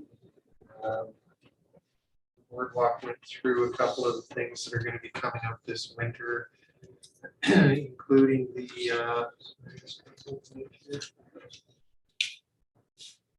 including the reconstruction project that's going to be happening probably in about 2 weeks. They'll be moving to site and getting started on reconstructing some of the sections of boardwalk. There's also preliminary presentation to the committee about the maintenance plan for next year and which sections they're going to be focusing on for the maintenance plan. And other than that, that's about all that I've got to report this week. Thank you, Mr. Chair. Thank you, Councillor. Councillor Rice. Thank you, Mr. Chair. I too attended, I say AUMA, but I will say that new one soon. Attended some excellent sessions. One of the sessions that I did attend was developing good working relationship with administration. And they really cleared up a myth. They said that administration truly isn't sitting there every day waiting for me to call. Or for me to give them more work. And I'm so happy to clear that up. On Thursday, I will be attending Hinton Youth, and that's our first meeting of the year. And I'm looking forward to that. And on Saturday, the Legion called me and asked if I would be there to participate in how about with the meat drop. I don't believe I'm representing all council as I'm selling tickets, but I'll certainly keep you all in mind. Thank you. Thank you, Councillor. Councillor Labarge. Thanks. Like everybody else, Alberta municipalities, and for me, it was really just having the opportunity to spend some time with this group. I think to be effective, you kind of need to get to understand one another, and I found that really useful. And getting to know some of the other councillors in the area. Now you have somebody to call to sort of ask questions like, what are you doing in your community? How are you dealing with this, that, or the other thing? Then on Friday, although I was whipped when I got home, my wife made me go to Journey into Christmas, and I'm really glad she did. That's a really well done event. And I didn't, for once, nod off. It was fantastic. We have so many good musicians that exist in our community, and I really enjoyed it. And I was disappointed that we all missed the Snowflake Festival on the Thursday. I heard it was really everything that could have been expected for the first year out. And I will be there next year. And that's all I have to report. Thank you, Councillor. Councillor Taylor. Yeah, I went to the AMA too, and yeah, no, if you don't get something out of that thing, it's because of you. They certainly have lots of opportunity to get stuff. And Councillor Hawes did good not once but twice. And I was worried when you got up the second time, but then when I read the Edmonton Journal, it was actually quite important that you did, because Post Media wrote it up in the second page of the Journal. Counselor, they mentioned you, but they, Madhu, Minister Madhu, and they put Madhu on the spot by asking him what his follow-up action was, because he was a little bit vague on how he was going to follow up with the federal government on this issue. So I think that added a little bit of pressure that might help. I think that was good. Thank you. For admin, Councillor Haas asked about the RCMP back pay. Councillor Haas? Excellent. Well, thank you, Councillor Taylor. Yeah, it was, I was happy to get up there that second time. I went up the first time and I posed it to municipal affairs, but it was more important to Minister Madhu, and not knowing which ministers were coming up next too. So I wasn't sure I wanted to make it in there. So yeah, I think, I wanted to ask about that, and I always appreciated the article, and the pressure is what I'm hoping for, that our provincial government assists there. So it was exciting. Thank you. And I attended a couple of sessions, talked about, advocating for small communities in a large world. But one that I really enjoyed going to was setting the table for success starting a new term. And I was glad to hear that our council is actually on a really good track.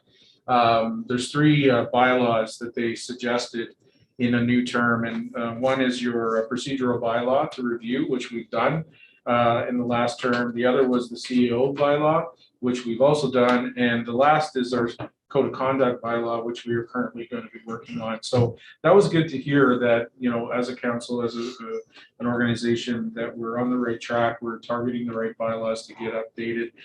So it was good to hear. Also went to, as I mentioned, the roles of elected officials in economic development and asset management. So I won't say much to that other than the fact what I said in the presentation. I love the new branding, Alberta municipalities. It's exciting. So no longer the AUMA, however, they will be until next year when it's officially name changed. Great resolutions as well. And some of the hot topics that were out there were ambulance services. A lot of talk about at AUMA about the differences in ambulance services and the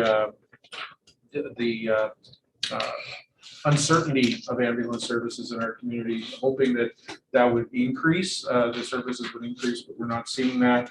A lot of broadband also continues to be an ongoing issue. A couple others too, learning from COVID, resolution passed that they lobby to or advocate to, let's take this COVID and start to learn from it for future emergencies. So that was exciting to hear. And the only one thing that was big debate was the online voting. A lot of debate on that, and it ended up being the only resolution. I don't know how many that got defeated. There's just no appetite yet at this point for an online look. There's too many uncertainties. So other than that, youth advisory, as Councillor Ray's come up, first meeting on Thursday. Excited about that. I had my first library board meeting last night. Excited to see so many new members out there as well. And that's all the report. Thank you. Thank you, Councillor. Mr. Mayor? Thank you, Mr. Chair. To add, we had three ministry meetings, 2 meetings with ministers. Deputy Mayor Magoon joined me in our meeting with Minister Panda, which was, I think, very promising. We've extended an invite for his invitation to come and visit here in Hinton, and we'll look to formalize that. Obviously gave him the landscape of where we're projecting, and that we're obviously going to have a strategic planning session and kind of have some potential projects that will need the support of the provincial and federal government with their lobbying skills. So that was a good meeting. Minister Schultz with Children's Services was extremely pleasant, very personable. A big chunk of our chat was pertaining to the 10-day daycare delivery and how municipalities will unfold that. And she continuously expressed that administration to reach out to their departments and speak to their staff and utilize them. And it's not just for council, but that'll be an important and I think confusing 5-year delivery program that will start in January of 2022. And I met with the Ministry of Transportation. Unfortunately, the minister was not there, but there are 3 staff heard some of our concerns that the Fire Chief Mac had brought up. And I have to follow up with Mac that they would like to meet with him to talk about those concerns and kind of formalize a plan moving forward, which was really nice. And overall, I want to thank council for their involvement at this conference. And Councillor Taylor actually said it extremely well. You get what you put into it.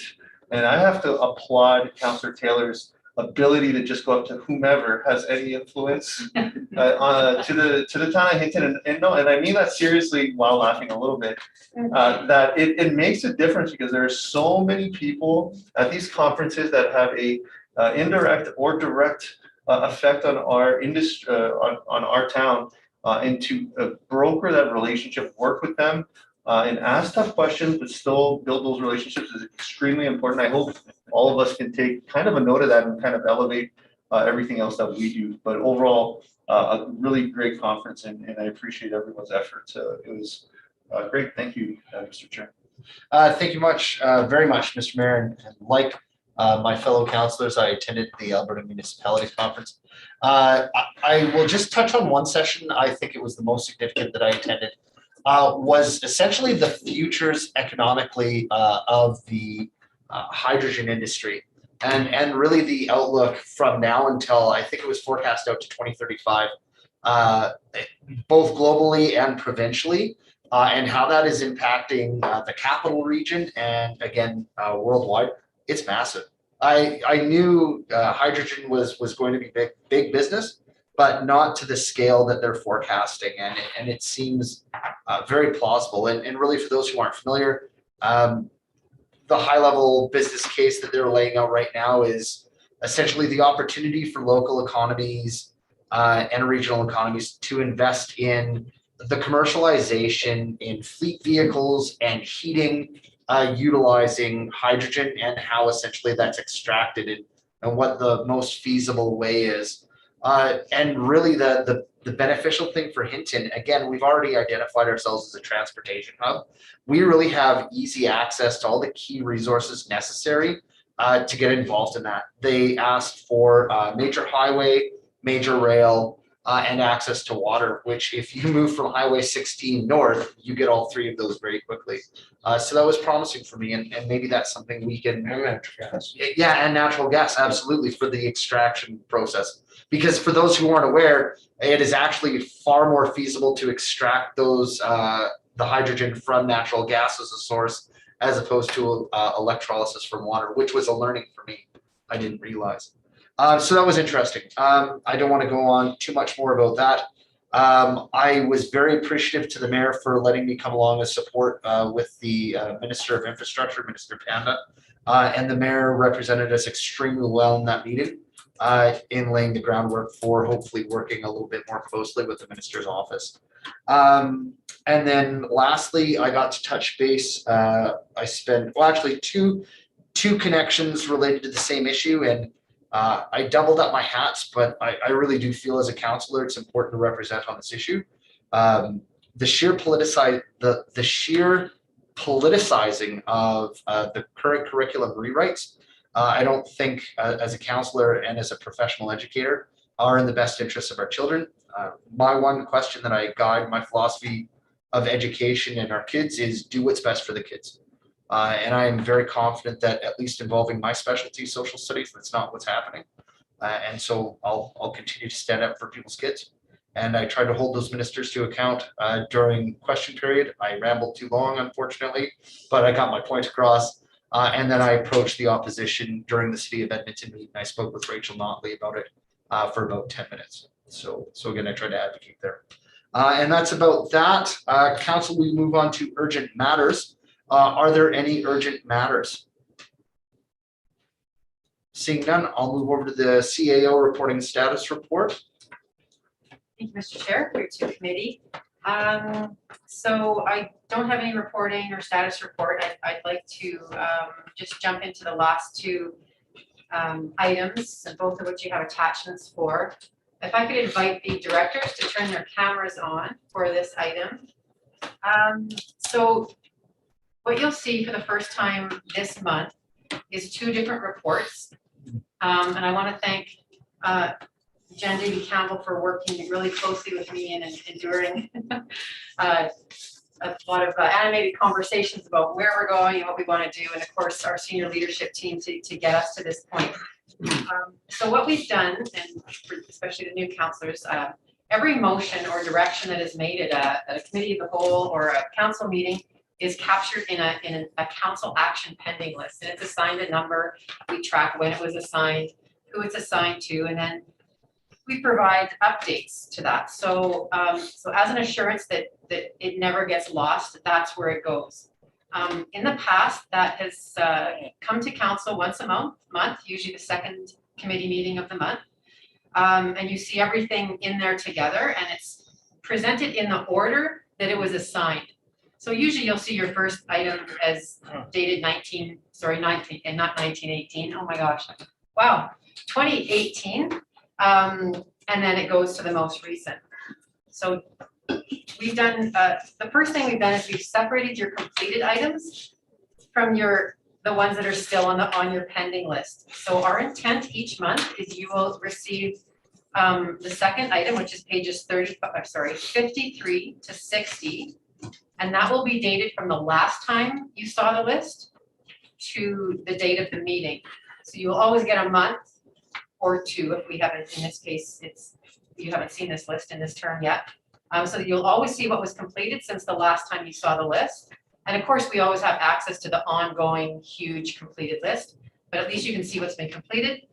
And then you'll also have each month the outstanding items.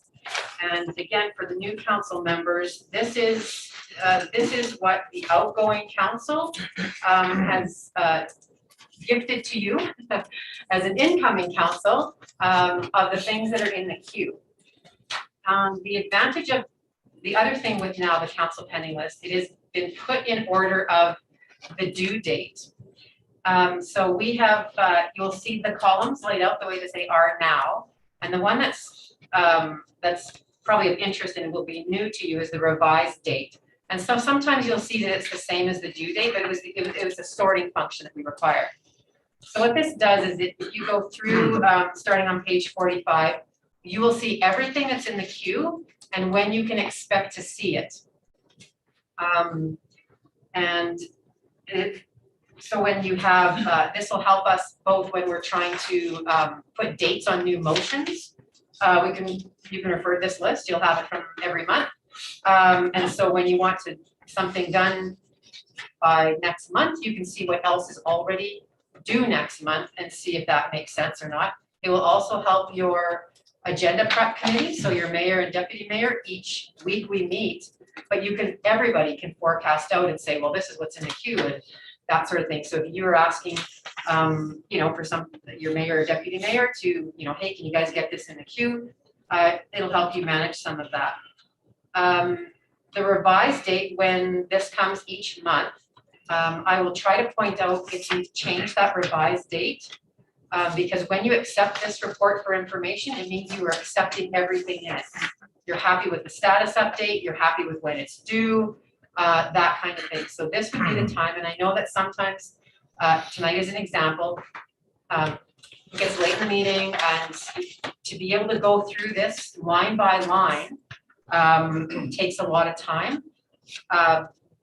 But I think this is the opportunity for us and council for sure to say, what's coming up, what are the priorities, and to perhaps move things out. We are working on these items diligently all the time. We'll provide an updated progress. If it says in progress, we will tell you what progress we're made, and hopefully it's different than the last time you saw it.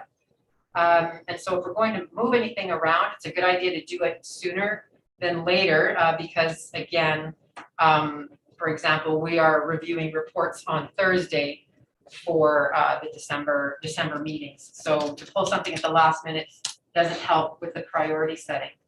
So with that being said, I do have all the directors who will almost always attend this meeting so that we can, if you have any questions about any of I'm sure you all read it line by line in detail, so I won't go through it. So I'm just looking for a little bit of feedback if you're finding this, at least initially, to be helpful. And if you have any specific questions about outstanding action items, where we place them and what progress we're at, which is the last comments column. If I can't answer them, I'll invite the directors to do so. I think that's it. Perfect. Thanks, administration. I'll start with Councillor Taylor. Yeah, past council, I have a question regarding your gift. It doesn't have a bow on it. Well, it's just that being new, there's about 5, 6, 7 action required related to the rec center. And when I read them through individually, it's difficult for me to collate and understand them, right? And I'm wondering if we need to specifically look at those and see where they fit. Some of them go back a while, see where they fit and what we want to do into the future to see if we can, you know what I'm trying to say is modernize them into maybe 1 or 2. Because I don't understand. Thank you, Councillor Taylor. I have myself and Councillor Labarge. I think just speaking to that, and administration, if you care to comment on the following, please do. I think that when we do some of our strategic planning, my personal feeling is that it certainly wouldn't hurt to have a look at our current action pending list and see what opportunities there are for either alignment or simplification. Because I know one of the challenges administration had discussed with us in the past was outstanding items on the action pending list and how essentially that can create a bit of a, forgive the phrase, but a bit of a backlog, right? And it's, are we focusing administrative efforts and council efforts on the right areas? And I think maybe that having a look at that during strategic planning might be good, because I can only imagine that if there's areas that council has no appetite for anymore, or we figure maybe they're out of date, that would be a good time to be efficient and try to clear that up. So, Admin, do you want to comment on that? Do you feel it's appropriate to, or? I will take the opportunity to do that. I think that's, thank you, Councillor Taylor, for that. The rec center is one that is a bit difficult, and it's a long-standing item. There were many directions given over the years, and many reasons why those could and couldn't be achieved. So ideally, and that's why you'll see many of them are on hold, because they're now waiting for the next latest action to happen. The rec center is a perfect example of that. And so ideally, there should be one next step with the rec center. We'll get to the other steps after, but in terms of managing a project and the vision for the project. So probably the most recent actions that council has directed are the ones that have to happen first.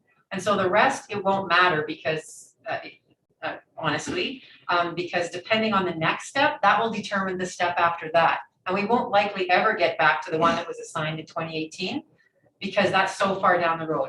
But the exercise to clean that up, you're right, it can be done at your second committee meeting every month. It can be done at the strategic planning session. Definitely helps set the priorities for that, because once you do that, you'll realize, well, how many of these, again, move your strategic vision forward, and what are we going to stop doing in order to make those a priority? And while that's in the queue, we can say, we're not going to do that now, and we're not going to ever do it ever. And so that's where the dates can be like, push it out to 2025 or remove it. And that's where council would then remove some of these items. So I think the tool will serve you well if we use it that way. But that's a perfect example. So I appreciate you pointing that out. And while I have the floor on that matter, some of these that are assigned to the end of December 31st, 2021, that's not because you're going to see them. It's just because we didn't know how far out to push them, because the one that's the most actionable right now on that project, for example, is in the queue. And Mr. Rousseau, if you want to speak to that, what's the next thing that will happen with the rec center? And so once that's decided, all these others will keep getting pushed out. So I just wanted to make sure you weren't expecting to see all of these delivered by the end of December, but it's until we can get that cleaned up a little bit, that's the placeholder that they have right now, but they will not get lost or removed until council directs us. Mr. Rousseau, anything on that you wanted to add that would help council understand what the first step is with the rec center? Yes, thank you, Interim CAO Haworth, and through to the chair to council. For the two councillors, I wouldn't say new, but that has been added on our council at present. What happened in June, July, we made a summary of about 23 motions and counting that all related to the rec center. We then brought it down to what you now see, about 2 motions. And going by memory, the one motion is that we explore the ISEP grant so that we could start the journey of getting granting lined up and then going with a final approach to what the rec center should look like, refurbish with an expansion potential. And the other part was to go with the integrated project delivery approach, the IPD. What that means is that you basically design the project from stem to stern with all cost into it. So even before you turn the first bit of dirt, you know exactly what the cost is going to be without any overage at the end of the day. That was based on the recommendation we made to council. So that's where we are at the moment. And as I've alluded to in the capital budget discussion, the ISEP grant has been oversubscribed, even though it still shows that it's going to 2024, 2025. The province on 2 occasions, just as late as 2 weeks ago, advised that that grant will likely not be reopened unless the feds are going to add to that basket of money.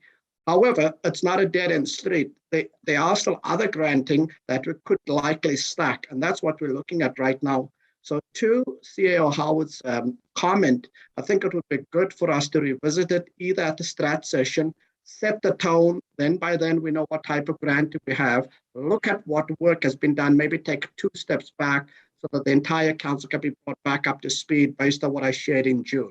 So more to come on that. Over to you, Mr. Chair. Thank you very much.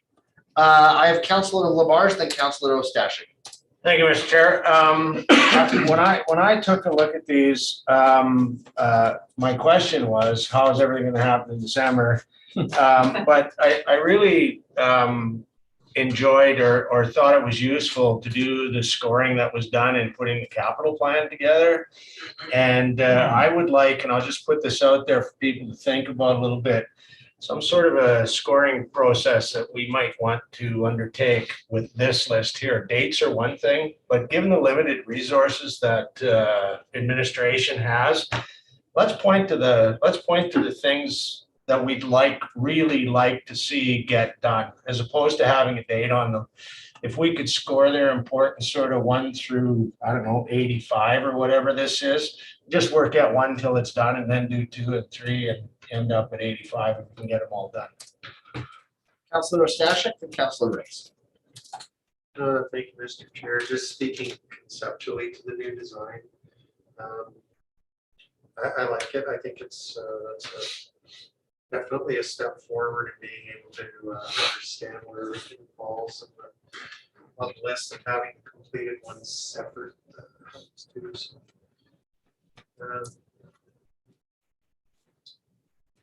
I think going through this and actually discussing it when it comes up on the agenda is important.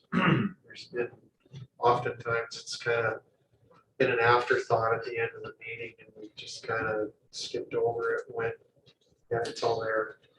And it did capture everything, but we really didn't review it and analyze it and prioritize and talk about it. So with this new format, I think that's going to be a little bit easier to do.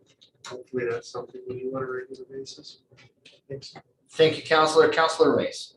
Thank you, sir. I just quickly want to acknowledge what you had said, Councillor, about prioritizing. I don't know if it was interim Howard or CEO Olson had said that she would like to see this prioritized, like given a number, given a vote. So I thought it was great that you brought that up. Thank you. Great, thank you. Council, I have no more speaker. Mr. Mayor. Thank you, Mr. Chair. Just on that point and kind of playing out what that looks like and in keeping the concept of what the due date is what organizes this, and I like it. I think our role as council then is to change the due dates. So it's prioritizing by changing those dates. So that's our opportunity that I think that was the intent of Councilor Parish and making that direction, because I know as interim CEO Howard said, it comes sometimes at 10:43 at night. But to give that direction at these moments of changing the revised dates on all of them and reprioritizing. So hopefully we create that habit of giving that direction to do so, but that's really on us. And my second thought, if we have a lot of things to focus on, do we look at adding a committee of the whole meeting outside of the Tuesday once per quarter to look at this? I'm kind of thinking we have that every Tuesday we're just loaded with so much stuff and want stuff to do. Do we prioritize a Wednesday or Thursday on just the list and limited admin staff because it's us looking perhaps at our priorities and then rediscussing it another day? But we've talked about doing this part well as a council for years. It's been a challenge. So perhaps we have to approach this a little bit differently. Thanks. Thank you. Councillor LaBerge, then administration. Thank you, Mr. Chair. That's exactly what I was gonna say is doing this a quarter to 11 probably doesn't make any sense, but a special meeting to actually, particularly given its impact on administration, what they're focused on, the amount of work they have to do, I think this warrants a sit down special meeting to look at this specifically. Great. Thank you very much, Councillor. Administration. Thank you for the feedback so far. That is appreciated. So again, the revised date column is the one that you can expect it to see. We will never change the due date. That is determined either by your motion, or if that's left blank, then your CAO will determine that the next day, and it'll get assigned there. And so if you want to move anything around, you're looking at your revised date. As soon as what we're hoping to also do, because this feeds into some of our other systems, and one is the agenda queue. And so as things get assigned and we know that it's scheduled for January 11th, for example, our hope is, with the support of Jen Davy Campbell over there, is that heading, that item gets dropped into that agenda right off the bat.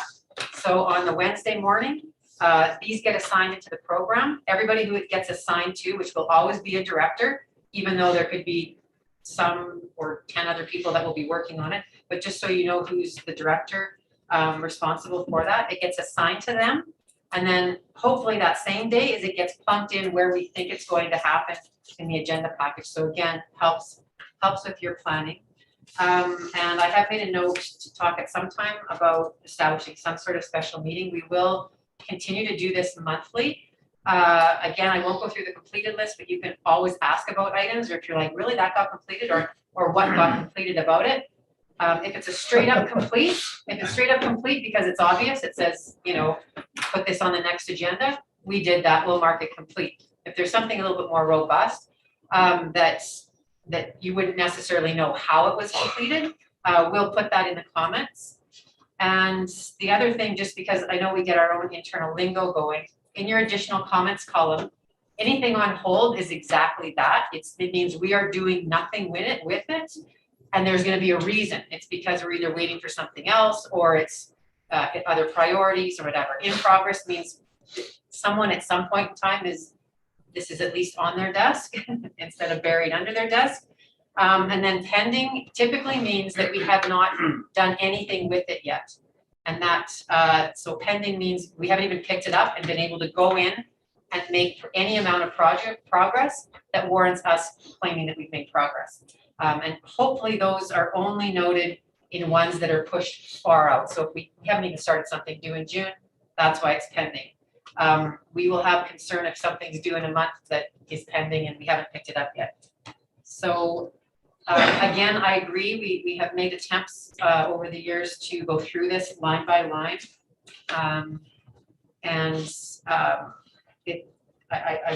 We're hoping that this is going to help with that. So at least if we're reading it, but I would also like to spend time on it once a month, but definitely in depth quarterly.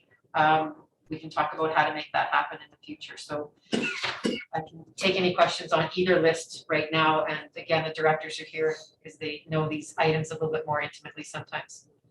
Council, any further questions on that? Okay. Seeing none, then we will move on to legislative services update.